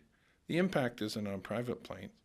It's on the 300,000 people a year who come through the airport, who far outnumber the number of people who come in here on private jets. Okay, so anyways, I found the process interesting, and I appreciate everybody's input. Thank you. We'll see about our next meeting and our next meeting. Okay, we're going to go online now. I think that's... Thank you. We're going to go online. I think that's everybody in the room that's on my list. I've got Bill Tomsich. Bill Tomsich online. Barely. So whatever you can do to go for it.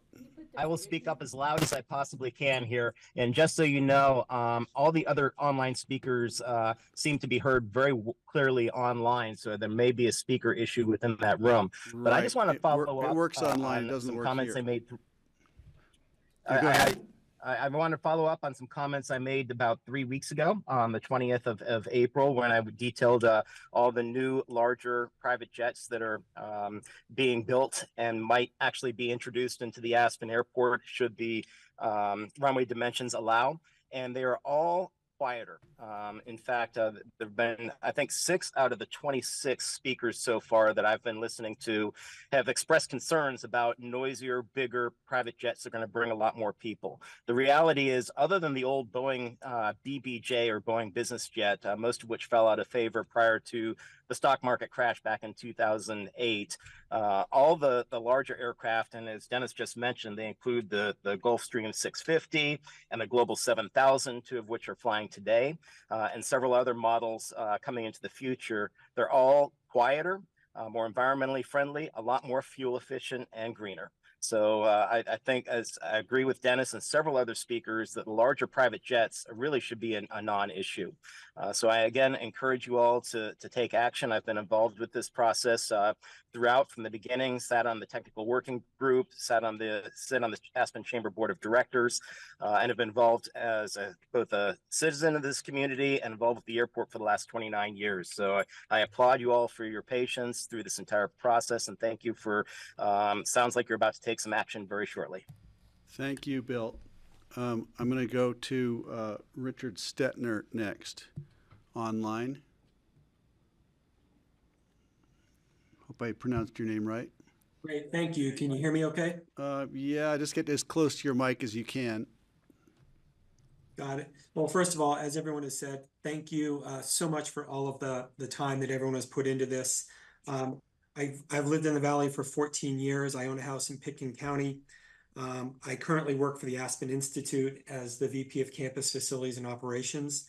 I echo what Jeff Bay, Justin Todd, Heather, Michael, Dave, Tanner, Bill Thompson, and others have said, and just a small snippet into our world. And we look at that when for example, when the runway shuts down here in a few days, and I did upload a document, our business levels fall from something that is sustainable to about 1 to 3, 4, 5 rooms a night for that, 13 or excuse me, 18-day period. So if that's a precursor to what happens if the airport were to go away permanently, as was mentioned earlier, our business levels would die and affect numerous people within the Valley. So I encourage you to vote yes on this new updated plan. It makes sense. And as Jeff said, we need to have a world-class airport to go along with the mountains that he oversees, the programming that's done here at the Aspen Institute, as well as everything else that Aspen has to offer. So thank you, appreciate your time, and hopefully you vote yes on this. Thanks, Richard. Okay, I don't to put my mic, I keep turning it off. I came in late, I didn't know if I'd wanted Did somebody come in who was on the list? Is Jared Goulet here, or was there? I'm going to ask for a show of hands of people who haven't spoken yet. Come on up. Tell us your name and. Mike Solons. I've been on the Environmental Assessment Committee. I'm currently on the AAB, and also I was on the Technical Review Committee. I generally don't like to debate, but I'm a data guy, and I served on the Technical Committee. In fact, Bill Thompson and I started the authorship of that report. I can assure you my colleagues' prior comments about the E-175 are not accurate. We looked at several models of the Embraer, including the 175.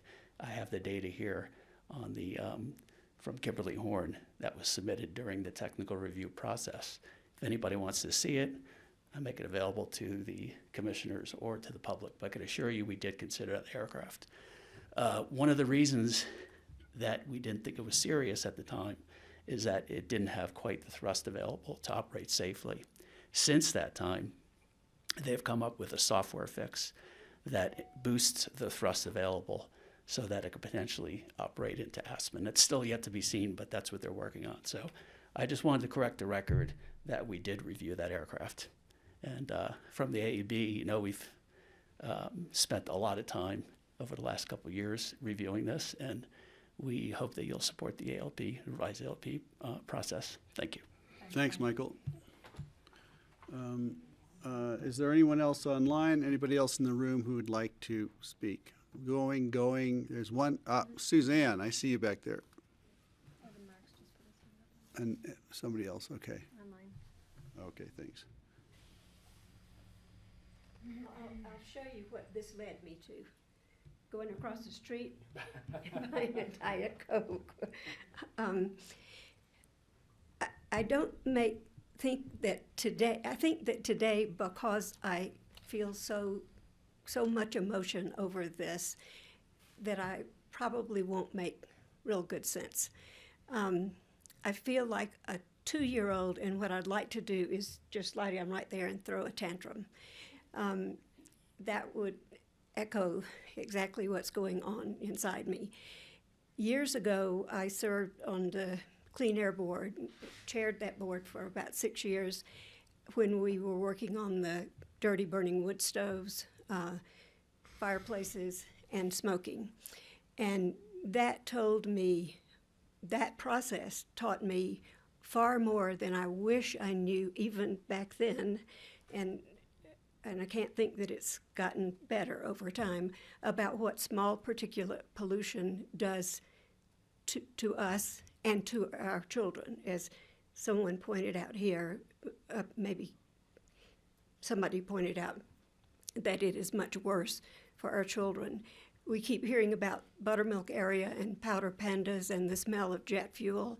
When I was on the airport vision in that process, there were people on it who lived in the Cemetery Lane area who talked about some Sunday afternoons they couldn't even go outside because the smell was so strong. There's only one person in the room, and only one person I've known in my life, who earned a MacArthur Genius Grant, and that is Amory Lovins. So when he opens his mouth, I am loath to call what he says into question.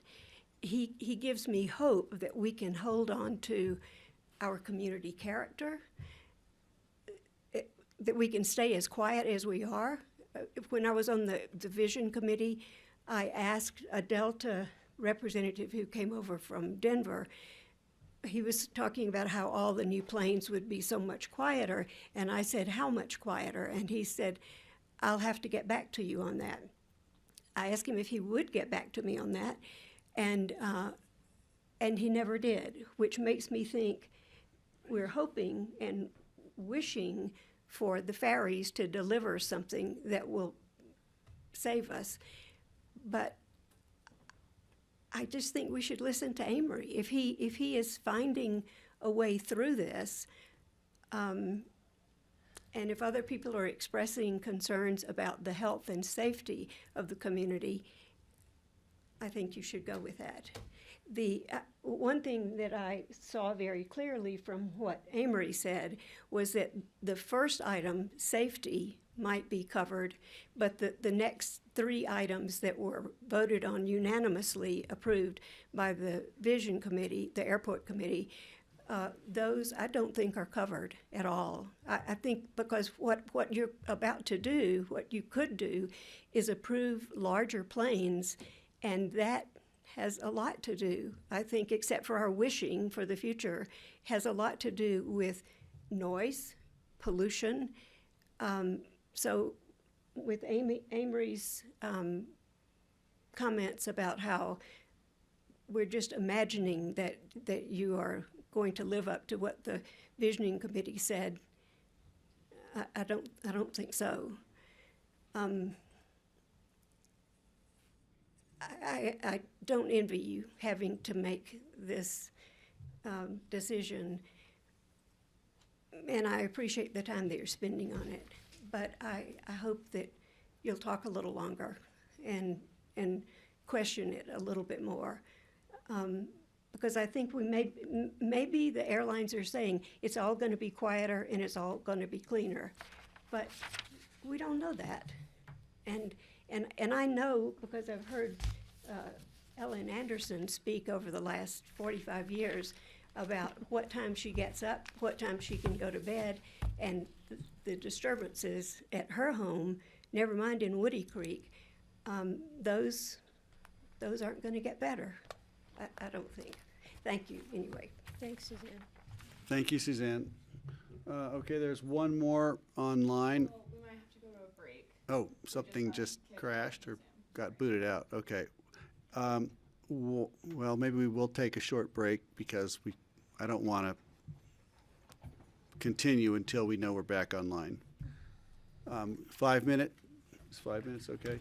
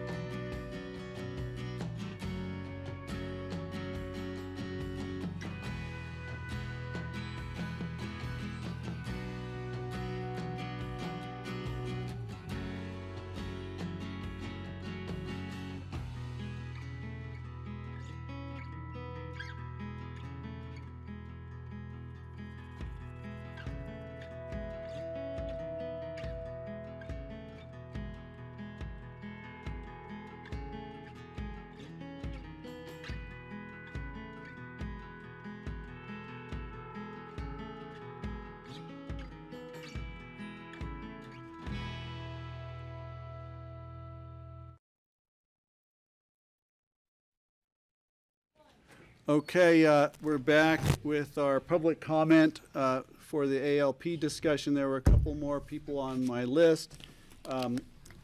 Judy Hill would like to speak. And Judy, come on up.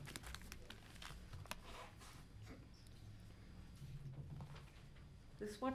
Yeah. And this mic, Judy.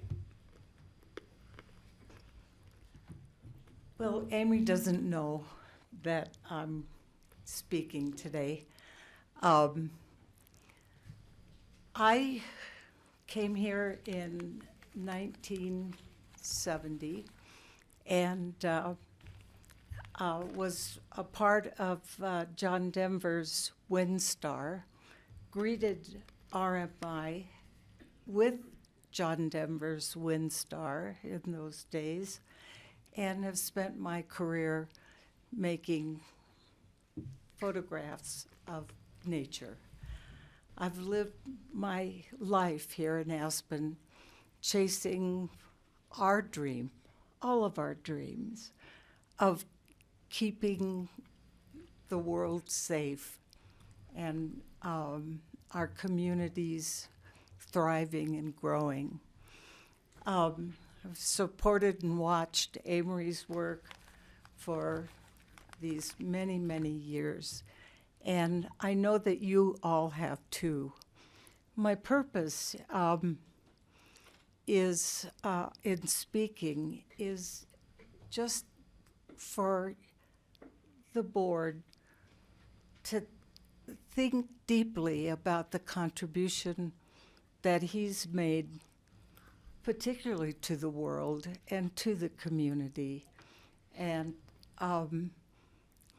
to take into consideration and deeply respect the awesome research that he's done to bring this information to you as a board. I know because I was introduced as Judy Hill, but just to be sure you all know, it's Judy Hill Lovins. I apologize. And I It occurred to married me this after. guy. I kept Hill as my middle name, Thought so. so it's totally okay. And that's all I have to say. Thanks, Judy. Thanks for coming up. You're a good team member. And a great photographer. I think there was somebody else in the back. Come on up. Debbie, I see. I don't have my glasses on, but I know it's you. Good afternoon. My name is Debbie Braun. I'm the president of the Aspen Chamber Resort Association, and I did submit public comment via email, but I did want to make a couple additions to that. One is I've been with the Chamber for 25 years, and I'm so lucky to get to speak to hundreds of members and citizens every day, every week, every month. And not only that, we speak to the traveling public because we run the visitor centers. So I do think I'm not only representing a business perspective, but also our visitors who come to our community and say, I don't think the airport is safe. And they're not talking about the outside, they're talking about the building, the terminal. It's really frightening in there on a very busy day. So I just wanted to represent the traveling public's viewpoint, which is they would love a modernized, updated airport. And I love the photo. I'd actually like one of those. That was a really cool photo. But I want to say that was taken on the busiest day of the year. I wonder if we took a picture today, what things look like. So when we talk about growth and, oh my gosh, so many things are going to happen, it really is seasonal. It's not throughout the whole year. So there are times like today where things are quiet out at the airport, and I know that because we run the guest service out at the airport as well. And then there's times where it's really, really obnoxious and crazy. I do understand that. And I just hope that you guys have done all your research and you have are looking out for the betterment of the entire community. And I really wish you luck, and I hope that today you'll make that decision, because if you don't, it seems like we're just inflaming community more and more and more as this goes on. So if we could get a decision and then continue to work together. I was on the Community Characters Committee, and I'd love to start seeing things move forward. So I appreciate all your hard work, and thank you very much. Thank you, Debbie. Ellen, I love that photo. I'm sorry for another reason, but it is a good shot. Okay, I just want to check one more time if anyone is online. Yeah, I don't see any hands up. *9 if you wanted to raise your hand, but I don't see hands up. So I'm going to close public comment now. I think everyone who's had an opportunity to speak has, I hope. And I'm going to bring it back to our board. And I just want to take a poll. How are we doing? We just had a short break. Was that enough? Are we ready to move on here? I do know that, I think, who's coming in here? The APSHA. We're giving up this room at 4:30, but we've got to move out sooner. APSHA or somebody else? APSHA. You all should do whatever deliberation. Okay, well, we'll take as long as we need to take, but we do have a goal, and Patty also needs to drive to Denver tonight, and so I'm going to Silverthorne, respect but that. Vail Pass might be sketchy. So we're going to try to move this along. Would anybody like to start? I have some comments. Patty? I just want to clarify, the issue of transportation to and from the airport was brought up. That is part of the plan, but we need to have a plan to address that. I just got back from traveling, and it was my understanding in San Francisco, airports didn't do shuttles, hotels downtown didn't do shuttles to the airport, that there was one main shuttle system. Turned out not to be true, because I tried it. But I think that is a concept that we might want to bring into just having one shuttle service so we don't have all of them coming and going. And electrify it, Greg. I just want you to know that. But so I think that is definitely part of the future discussions. I found it interesting that I heard comments that the numbers for general aviation were not provided to the community committees. I thought that 83% number was always out there. So I think there was a different, I had a chance to visit with Jay and Jackie a little bit at the break. And so I think the concern was the scoping of the Airport Experience Committee was really towards the commercial terminal experience. And what Jay was looking for was a broader discussion of all airport users. And there, I can't see if Jay's here. Jay, I think Jay left. I think I'm getting that right. Yep. And so at that point it was about no, we're scoped to the commercial terminal experience. Okay, I just wanted to clarify that. Yep. And the other one I had, and then I'll probably have others when the board has had a chance, but the air quality that Ellen brought up at the base of Buttermilk, not only do I have an extensive medical background, I'm also a mother and a grandmother, and my children and my grandchildren learned to ski at the base of Buttermilk, and then, of course, moved to Snowmass and Aspen Mountain and Highlands. But the problem with air quality issues at the base of Buttermilk is not that we shouldn't study it, and I'm hoping we will in the future, but it's very complex. I want the public to know it. It's not just the plane, the jets. We have the buses that come through there. We have the island. We have the highway. We have mothers and grandmothers dropping off and picking up their children and idling their cars there. There's all these contributing factors. So it's not as simple as this, oh, this pollution comes from this one source. So that has to be brought into context. And I think that's important. And particulate matter that Suzanne Caskey brought up, Caskey-Kelleher. Yeah, because during Superfund, the particulate matter was a big deal and how invasive that can be into lungs, especially little lungs. So I think the board is concerned about that. And I think that's part of our future addressing those issues. But we need to have a plan to move forward so a lot of those issues can really come into play. So that's kind of where I am on those 3 points that stood out to me in the public comment. Great, thanks, Patty. Thanks. You gave me something. Thank you for suggesting we consolidate our hotel shuttles and electrify them. That's completely doable. And I did want to say that the other source of pollution at the airport in the past, I think, has been the APS units. APUs. Sorry, APUs, alternate power units. Accessory power units. Accessory, we knew it was something like that. Auxiliary. Auxiliary. That's what I meant to say. Yeah. Do I get another chance? Yeah, I know. Forgot you were here, Dan.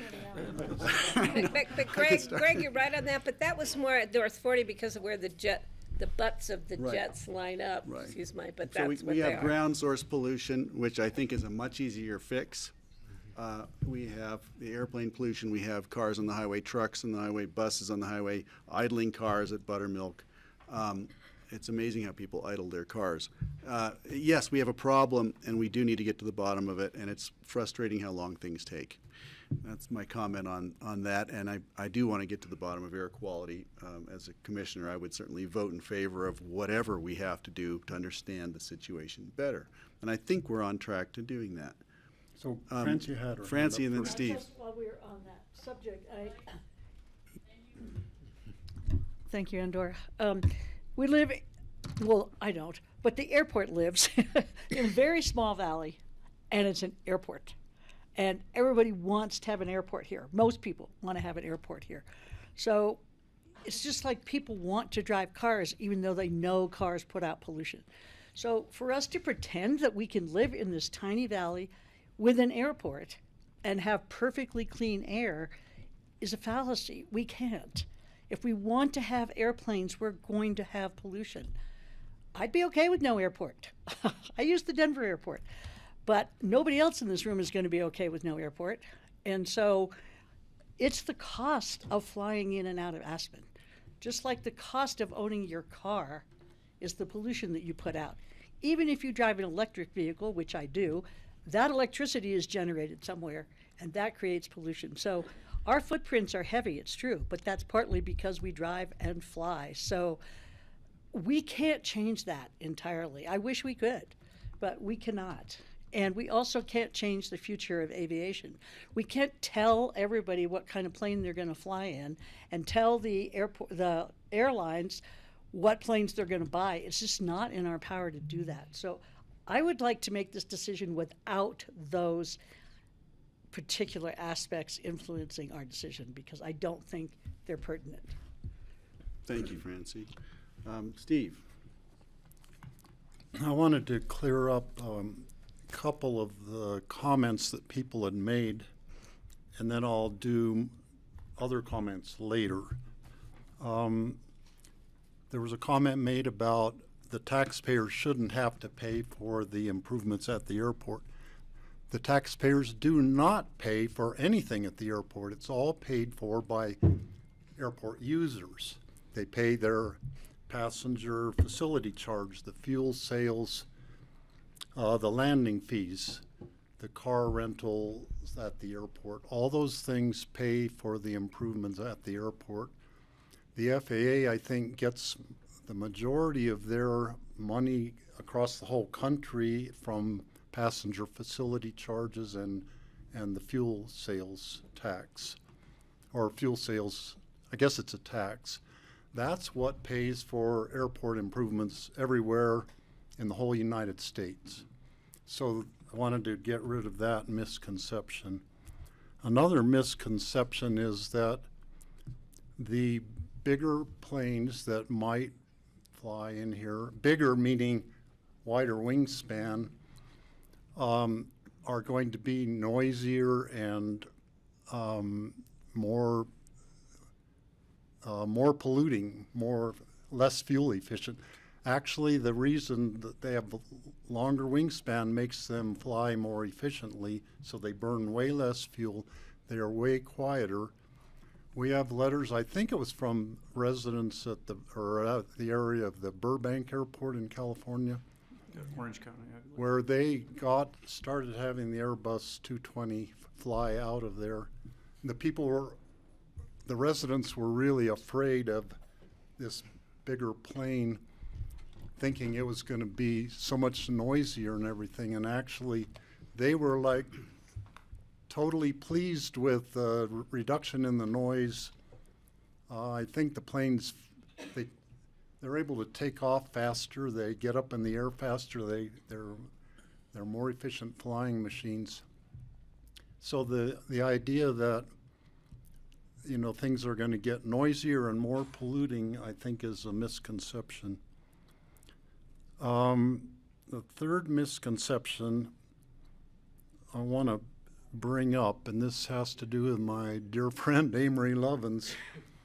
And I've studied Amory's things very closely, you know, to see what we could do based on what Amory was presenting. And his whole argument about it has some, what I consider to be fatal flaws. One is the fact that we could keep the runway in the existing location and build a new runway there. The only way we could do that would be if we move the taxiway to the east. We can't do that because of the cost of the air traffic control tower, which we just can't afford that. So Amory's assuming that we could keep the runway where it is, and that's true up to a point that we can keep paving it every year with longer closures and more cost. Eventually it fails, at which point we have to move the runway 80 feet to the west. There's absolutely no doubt about that. That's our current airport layout plan, has us moving the runway 80 feet to the west. And the financial model that Amory constructed was to build something different that we can't even build. And I think it's been shown that the only fiscally responsible thing for us to do is to use funding that's available for from the FAA. The purpose of the FAA funding is to improve airport runways, taxiways, the safety of the airport. That's what that money is there for. That's what we want to use it for. So Amory does have a lot of good ideas. I too look forward to the day sometime in the future when there are really technologically advanced airplanes that maybe don't need such a runway. That may or may not happen. Right now, the technology is that the wingspans are getting longer. That applies for the electric airplanes and hybrid airplanes. They fly better with the longer wingspan. The longer wingspan we can make because of composite materials, which are strong. They work. Amory did offer to me to help on the design of the new terminal, and I totally would accept Amory's offer for that because he has proven again and again in building buildings and retrofitting buildings that are technologically the most advanced that there can be, and I think we should take Amory up on that offer for planning, designing the terminal. Let's see. I've got more to say, but I was going to say it later, but maybe I should just keep going on. You're welcome to keep going unless somebody other wants thoughts? to add anything. Okay, go ahead, Steve, why not? So, going to my more big picture things, to me it's crystal clear that we only have one way forward, and that is to move the runway 80 feet to the west. I think it was my second meeting as a county commissioner in 2013. We were discussing the airport layout plan at that time. And the airport layout plan we had at that time had some serious flaws to it, but it's what we had, and we've been talking about it ever since. We've looked at many designs of airport layouts in my almost 12 years as a commissioner, and without a doubt, this modified airport layout plan we have now is the best one we have had in 12 years. It solves a whole lot of the problems. It's really not a whole lot different from our existing one in terms of moving the runway over. We have a west side taxiway, but not a full-length one. It's a sort of half the length of the west side. But with the additions of all of the Vision Committee recommendations, make this just so much better of an airport layout plan than we've had before. And the only fiscally responsible thing for us to do, and also our legal obligation as our stewards of this airport, is we have to maintain the runway. We can't let it close. We can't let the airport close. This is the third busiest commercial airport in Colorado. We are too big to fail, I believe. The FAA is not going to let us fail. And I guess my last point would be that the FAA in this, a lot of people I think view them as an adversary to us. To me, the FAA is we are partners in this with the FAA. And we've been making a lot of headway in the negotiations with them on, you know, the give and take and back and forth on different aspects of the airport layout plan has gotten us where we are as being communicating with the FAA. And I would like to go forward with a positive attitude towards the FAA, that they are there for a reason, and they're making us do the wider separation of the runway and the taxiway for a reason, because it's so much safer. I would look forward to the day when we do have a world-class airport where we don't have planes running off our 100-foot wide runway and closing the airport down for a whole day while we extract a plane out of the mud on the side of the 100-foot runway. I look forward to having a safe terminal that doesn't require so much, $1 million kind of repairs that we've had to put into that one.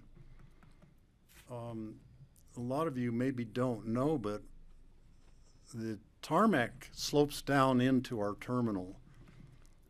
And there was an instance where there was a really heavy downpour at the airport, and the water was running right into the terminal off the tarmac. Just an example of, an unsafe condition. It maybe worked fine when the TSA wasn't there, but we have that now. We need a bigger, more well thought out and organized terminal. And so I really look forward to having a world-class airport where people can fly in here. I would like to have more people flying into Aspen than flying to Denver and renting cars and driving here. The more people we can get on airplanes coming in, the better off we are to help reduce the automobile traffic.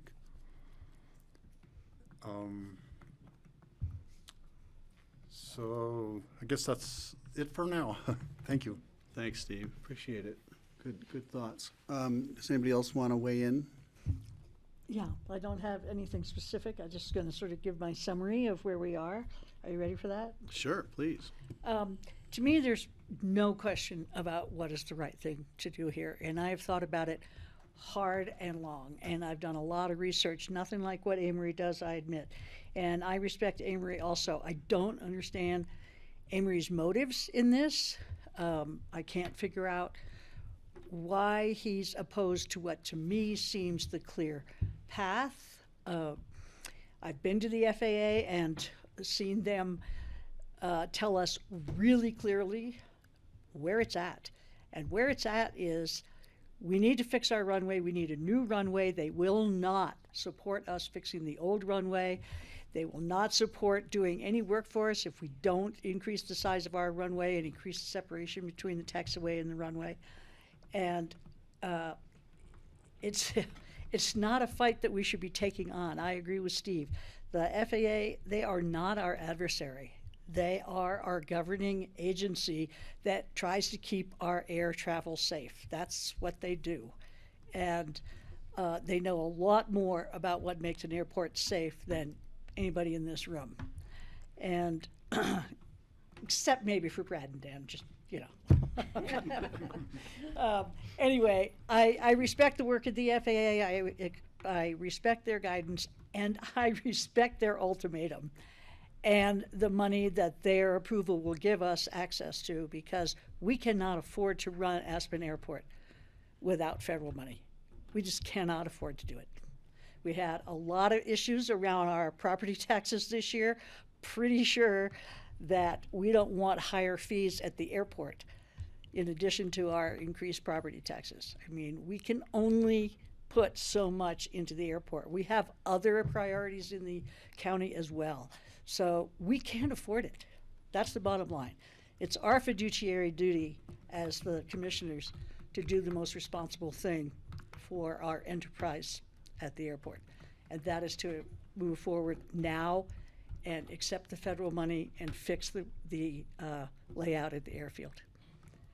Thanks. Thank you, Francie. Kelly, do you want to say anything now or later? Patty? Anybody I'm else? waiting to hear from the rest of the board. Okay, you want to say anything? I was waiting to hear. Oh, well, then I'm happy to go, just to try to, maybe I'll say something provocative so you can respond. Thank you all for being here, and I just want to say, I don't think there's anyone on this board that wants to see a bigger, noisier, smellier, more active airport. I think this airport has grown as big as it possibly can. With this current ALP, if you look at the plan view of it, it looks kind of like an aircraft carrier. And every square foot of the deck is taken. There is, a little wiggle room here or there, but this thing is optimized. And I have to say, I'm grateful for that, because if we had the real estate, eventually I could imagine it getting a lot bigger. There's always some way to grow it a lot bigger. But we're stuck right now with a difficult situation around the airport. I think we need to separate the issues that we have control over from the issues we have no control over, from issues which we might have a little bit of influence, and from those aspirational issues which, come back to bite you when you realize you don't really have a lot of control over, a situation. And so that's what we're seeing. A lot of the real concerns and fears that have come up are fears associated with doing anything to change the airport we have now, when you think about it, yet we hear how miserable it is. I have to say, this is an embarrassment. It's potentially dangerous, and there are safety issues looming. And yet nobody wants to, people are afraid to change, and maybe that's just human nature. A couple more things. I think we've paused as long as we could possibly pause on redeveloping this airport. And I, as I've said before, I approved and enjoyed having the pauses we've had, even though it's been exasperating. Steve's been on it for 11 years or more. I've only been on it for 8. Patty's been on it for 25. And I like the pause because it gave us the opportunity to reflect on what could possibly happen in the future of aviation. And we're also excited to hear about flying cars and autonomous air taxis and electric aircraft and cigar-shaped airplanes that will take us everywhere. And I think those, and to Amory's credit, he's a visionary, and his vision can tell us what's going to happen in 30 years, and it hasn't so many times, maybe even 20 years. But is it telling us what's going to happen in the next 3 or 4 or 5? And I'm sorry, but I think we have a responsibility to look at what's happening now, the situation on the ground. It was always busy and crowded and noisy, and we weren't really liking it. But now that we have a runway that's disintegrating, there's a 2,500-foot long crack down the center of our runway. I was talking to an aviator who said, "Why do you guys want to fix this airport?" And I said, "Well, there's a 2,500 square foot, half-mile long crack down the center line of the runway." And he goes, "Yeah, that's where the nose wheel goes.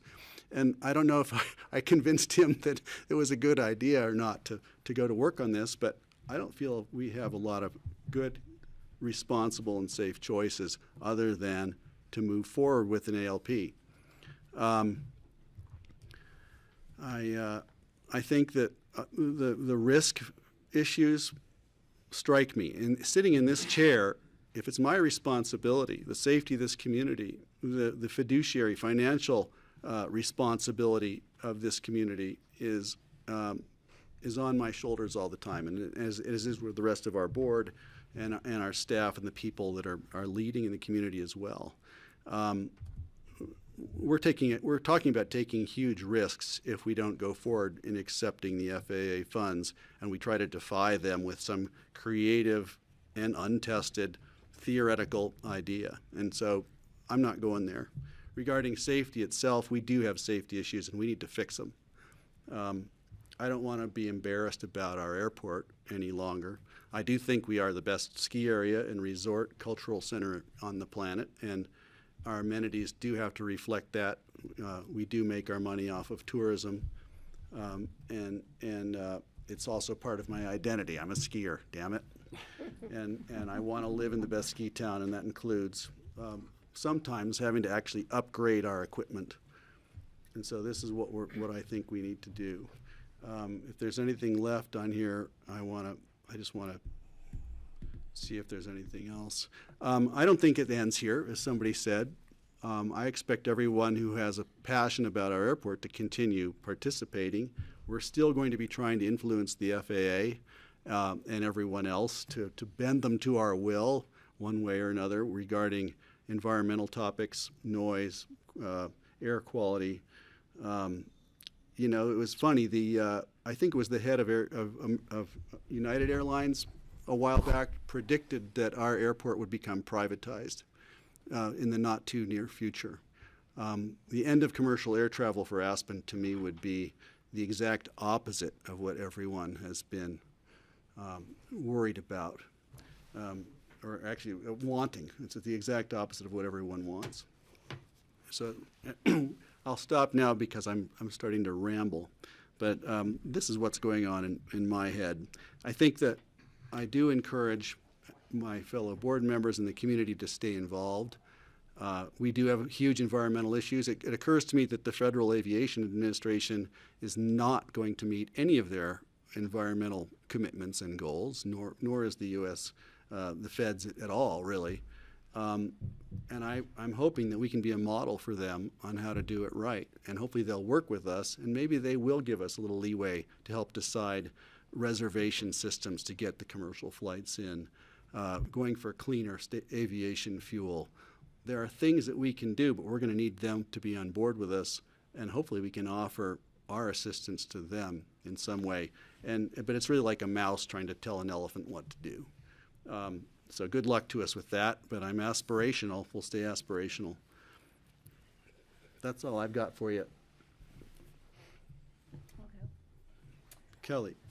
Okay, thank you, everybody. I intend to vote no on this today, but I want to explain my thinking to you all, which in the end may leave everyone in this room frustrated, and perhaps that's how I know I threaded the needle or not.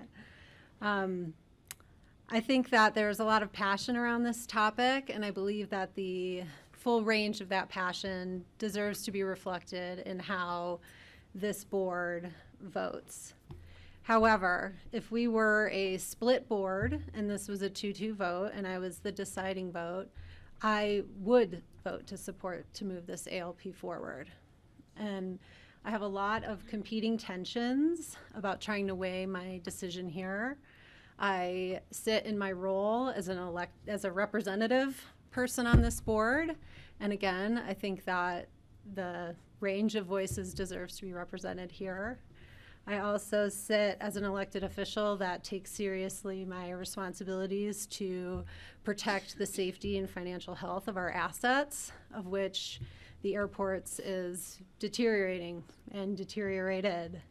And I also think about my personal opinions and vision for the future of this community.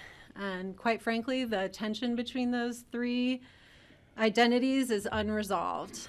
And that is because for me, there are no win-win solutions at the airport and in the paths that we have before us right now. I really thought that our big play for the closest thing to a win-win was when we were talking about the fleet mix, and when we perhaps could have pitched to the FAA the Airbus 220-100 that our Common Ground recommendation initially supported. You know, it was a lighter plane. We were told that it could potentially meet the current width of the runway and then focus on all the other safety upgrades. But that's not where we're at. You know, we've moved beyond that. That decision was made. It's in the past.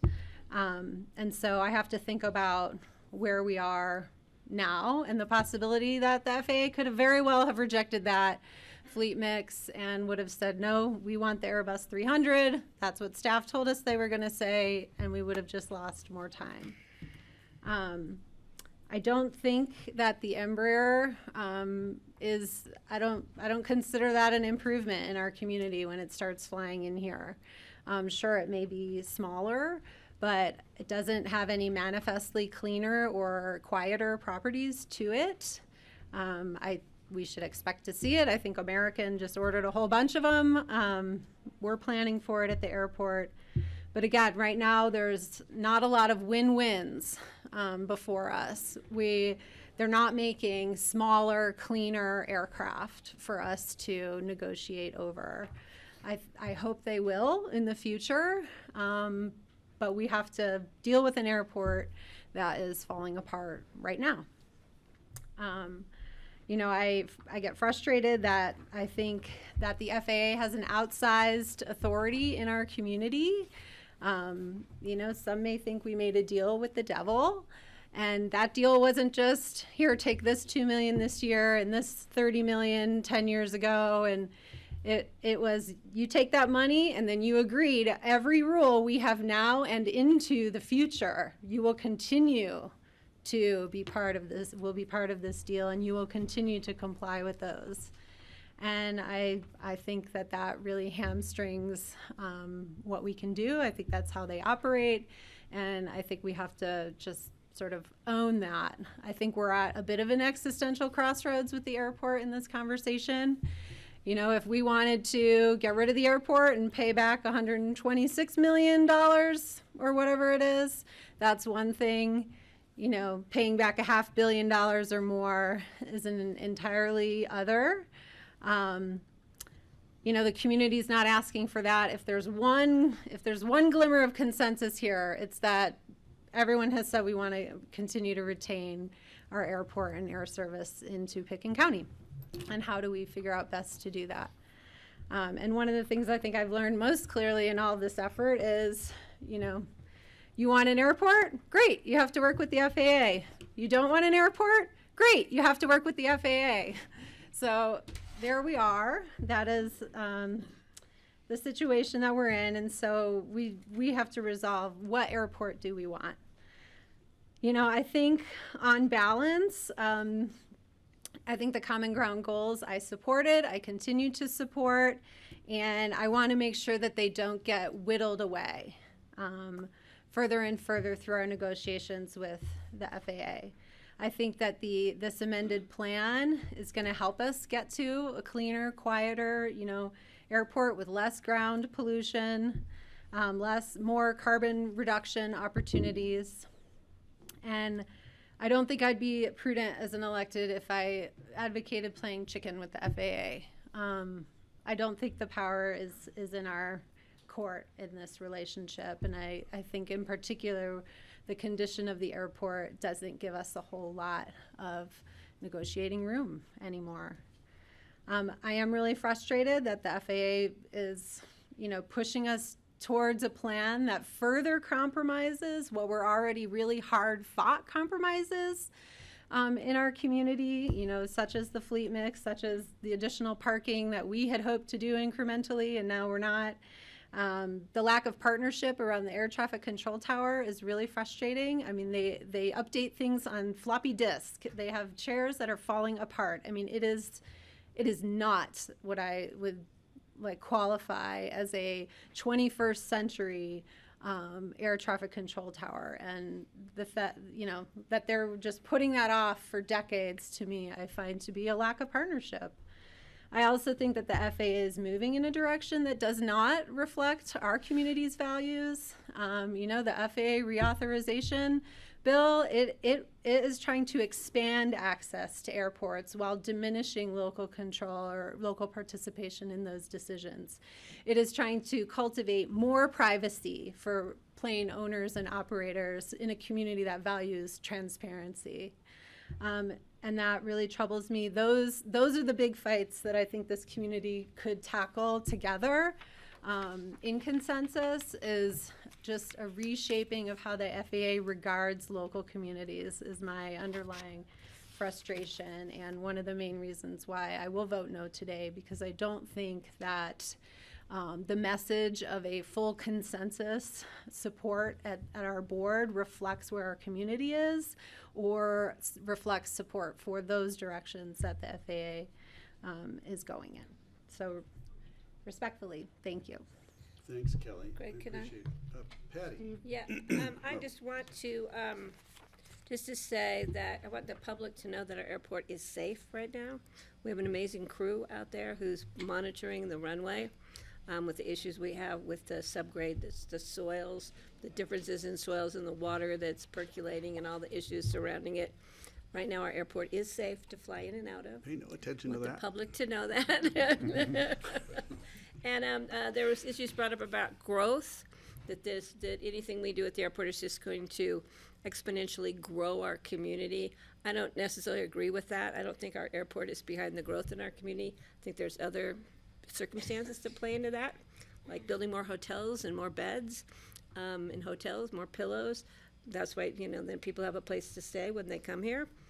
So I think there's lots of factors in growth, not just the airport. So I think those are two big things to bring into the discussion.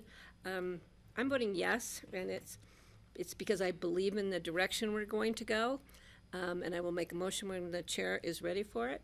I think we need to move it forward, and that means we're going to have more discussions, because we're a community who has more discussions, and I appreciate that. And for my tenure on this board, I've always been one to invite the public in to speak with us. I think that's what makes this community world-class, is our ability to sit in a room and discuss issues at length, and at length, and at length. But I think we get to a better decision at the end of the day. I have never been one to I understand Kelly's position as the FAA needs to know that, we do have some outlying issues. And I think Francie and I were clear when we were in Washington speaking with FAA that, yeah, we have a community that believes in X, Y, and Z, and we have a board of commissioners who believes in those same things, and we need to work together to see what we can accomplish as a team with our community, with this elected board, with our airport, with our traveling guests, and with the federal government, which is not always my favorite thing to have to deal with, as people know. But some cases, again, you just have to figure out how to deal with them. And compromise is not a four-letter word, which I've said many times. It's just a matter of fact, which is a four-letter word. And it moves things forward. So thank you. Patty, Steve, before we make a motion, we're not going to do, unless I want to hear Steve speak first. Was there anything we needed to add to amend this after today's conversation regarding Resolution before us? parking, the GA parking? Did we need to add anything to that? We can address that after the board is done having the conversation.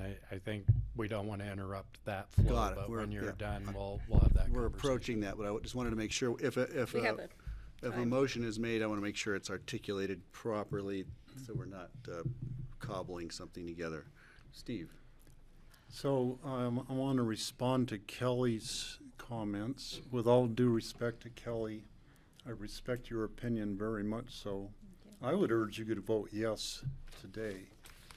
I'm thinking back to 2020 when I was the sole person who voted against keeping the runway where it was and moving taxiway to the east, because I thought that was a fatal flaw in the plan, but it's what the Vision Committee had come up with, and it was what the other commissioners wanted, was to keep the runway where it was and move the taxiway. So I voted against that line item thing, but when it came to the final vote, I voted for, it was a unanimous vote, 5-0 for the, submitting that Division Committee proposal to the FAA. To me, it's important to have a unified voice, even though we don't agree with individual parts of it. Even in this ALP, I don't agree totally with it, but I'm going to vote for it. I would add a whole lot more parking, try to park more airplanes so we have fewer stop and goes. Totally makes sense to me. That would cut down on the amount of total planes flying in and out all the time if we would provide more parking. That's not part of this ALP though. I'm still going to vote for it today. So I just wanted to bring that issue up, that you don't have to agree with everything in it to see the bigger picture of it's really important to move this forward today. I think it's better if we had a unanimous vote. I think the FAA already knows that this is a difficult community to deal with, and they have a lot of experience with Aspen. So anyhow, I respect whichever way Kelly votes. That's her option as an elected official. Great, thank you. Francie. Well, I would agree with Steve. I would encourage you to vote yes, because you listed about 10 reasons why you should vote yes. And then you said you were going to vote no as a show of solidarity for some of the voices in the room. But when you were talking, it sounded to me like you were convincing yourself not to vote no, that you were eliciting all the reasons why you should vote yes. So I was really surprised in the end when you went back to a no, because if we vote no and if we don't pass this forward, we don't go anywhere. More research after 20 years, So anyway, I would really encourage you to vote yes. Also, so we do look unified, but I will respect your decision. But I felt like you were trying to talk yourself out of it. I have been giving this lots of thought. Thank you. No doubt. So Greg? Would you like to make a motion? I would like to make a motion, but John, were there changes to the resolution that's before us that we need to address, or just say as amended? I didn't remember anything specific jumping out. Yeah, so just to clear, we had the conversation, I think, that Kelly, you had brought up around the number of parking spaces. And Brad, I think what's important to clarify do we have the same number of parking spaces with the ICAO parking under the proposed ALP as we do today, or have we added 60, I think is the key question. It is the same. It is the same. Okay. And then any expansion would be in the future area, which is consistent with the common ground recommendation. So I think that was a clarification we were struggling for before, so we can make yeah. So I can make a motion to approve, as written, a resolution of the Board of County Commissioners, Pickens County, Colorado, amending BoCC Resolution 105-220, Pickens County Board of Commissioners amendments and additions to the ASE Vision Committee Common Ground recommendations and airport map for the Aspen-Pickens County Airport, and directing staff to produce an amended airport layout plan for public consideration and BoCC adoption consistent with the attached Exhibit A, and attached Exhibit A is The map. the map. Thank you. That is my motion. Okay, further conversation. We have a second. Further conversation. I did want to clarify a couple things as well, but the motion is on the table. Regarding the layout plan, I know they're optional. You had optional things in there, things we might do immediately, things we might put off for years. if you could, just for for my benefit, if no one else's, regarding the EMS, make sure I got that right, the safety devices at the ends of the runway, which I think have been disputed. They're an additional safety device, which I understand really are very expensive and probably aren't necessary. How do you approach that with the FAA? If it's on the ALP, are they going to hold us to that? Or is there anything else they're going to hold us to that we are thinking is optional? No, it's just a matter of who will pay for it, really. So we can put it on there. We can put, certain things on there, but it comes down to whether they'll pay for it or not. It's not a required thing, meaning the design guidelines do not require an EMS in this situation. Therefore, they would not pay for it or be very unlikely to pay for it. But we can still put it on the airport layout plan. And they won't require you to implement it just because it's on the ALP. Okay. And that's the same for the expansion for the eVTOL, vertical takeoff optional spot. There's no obligation. We're just marking that as Reserving potential the space for future space, the potential solar facility off to the northwest. Okay. There's a lot more to this. I figure, what are we, halfway through the entire process? Like, if we count we've been doing this for 15 years, we're about halfway through. Not funny. It's not funny, but it may be accurate. This is a long process. I don't know what we're going to see in the way of change at this airport for a long time, but we probably will see more failures of our runway. And so, but as I'm told, any tower changes, a lot of this stuff is years, if not decades out. So I'm not really joking. It's a sick joke, though. I'll grant you that. John, did you want to add something? I just go back to the airport layout plan is a space reservation plan that qualifies the use of federally obligated properties for appropriate aeronautic uses.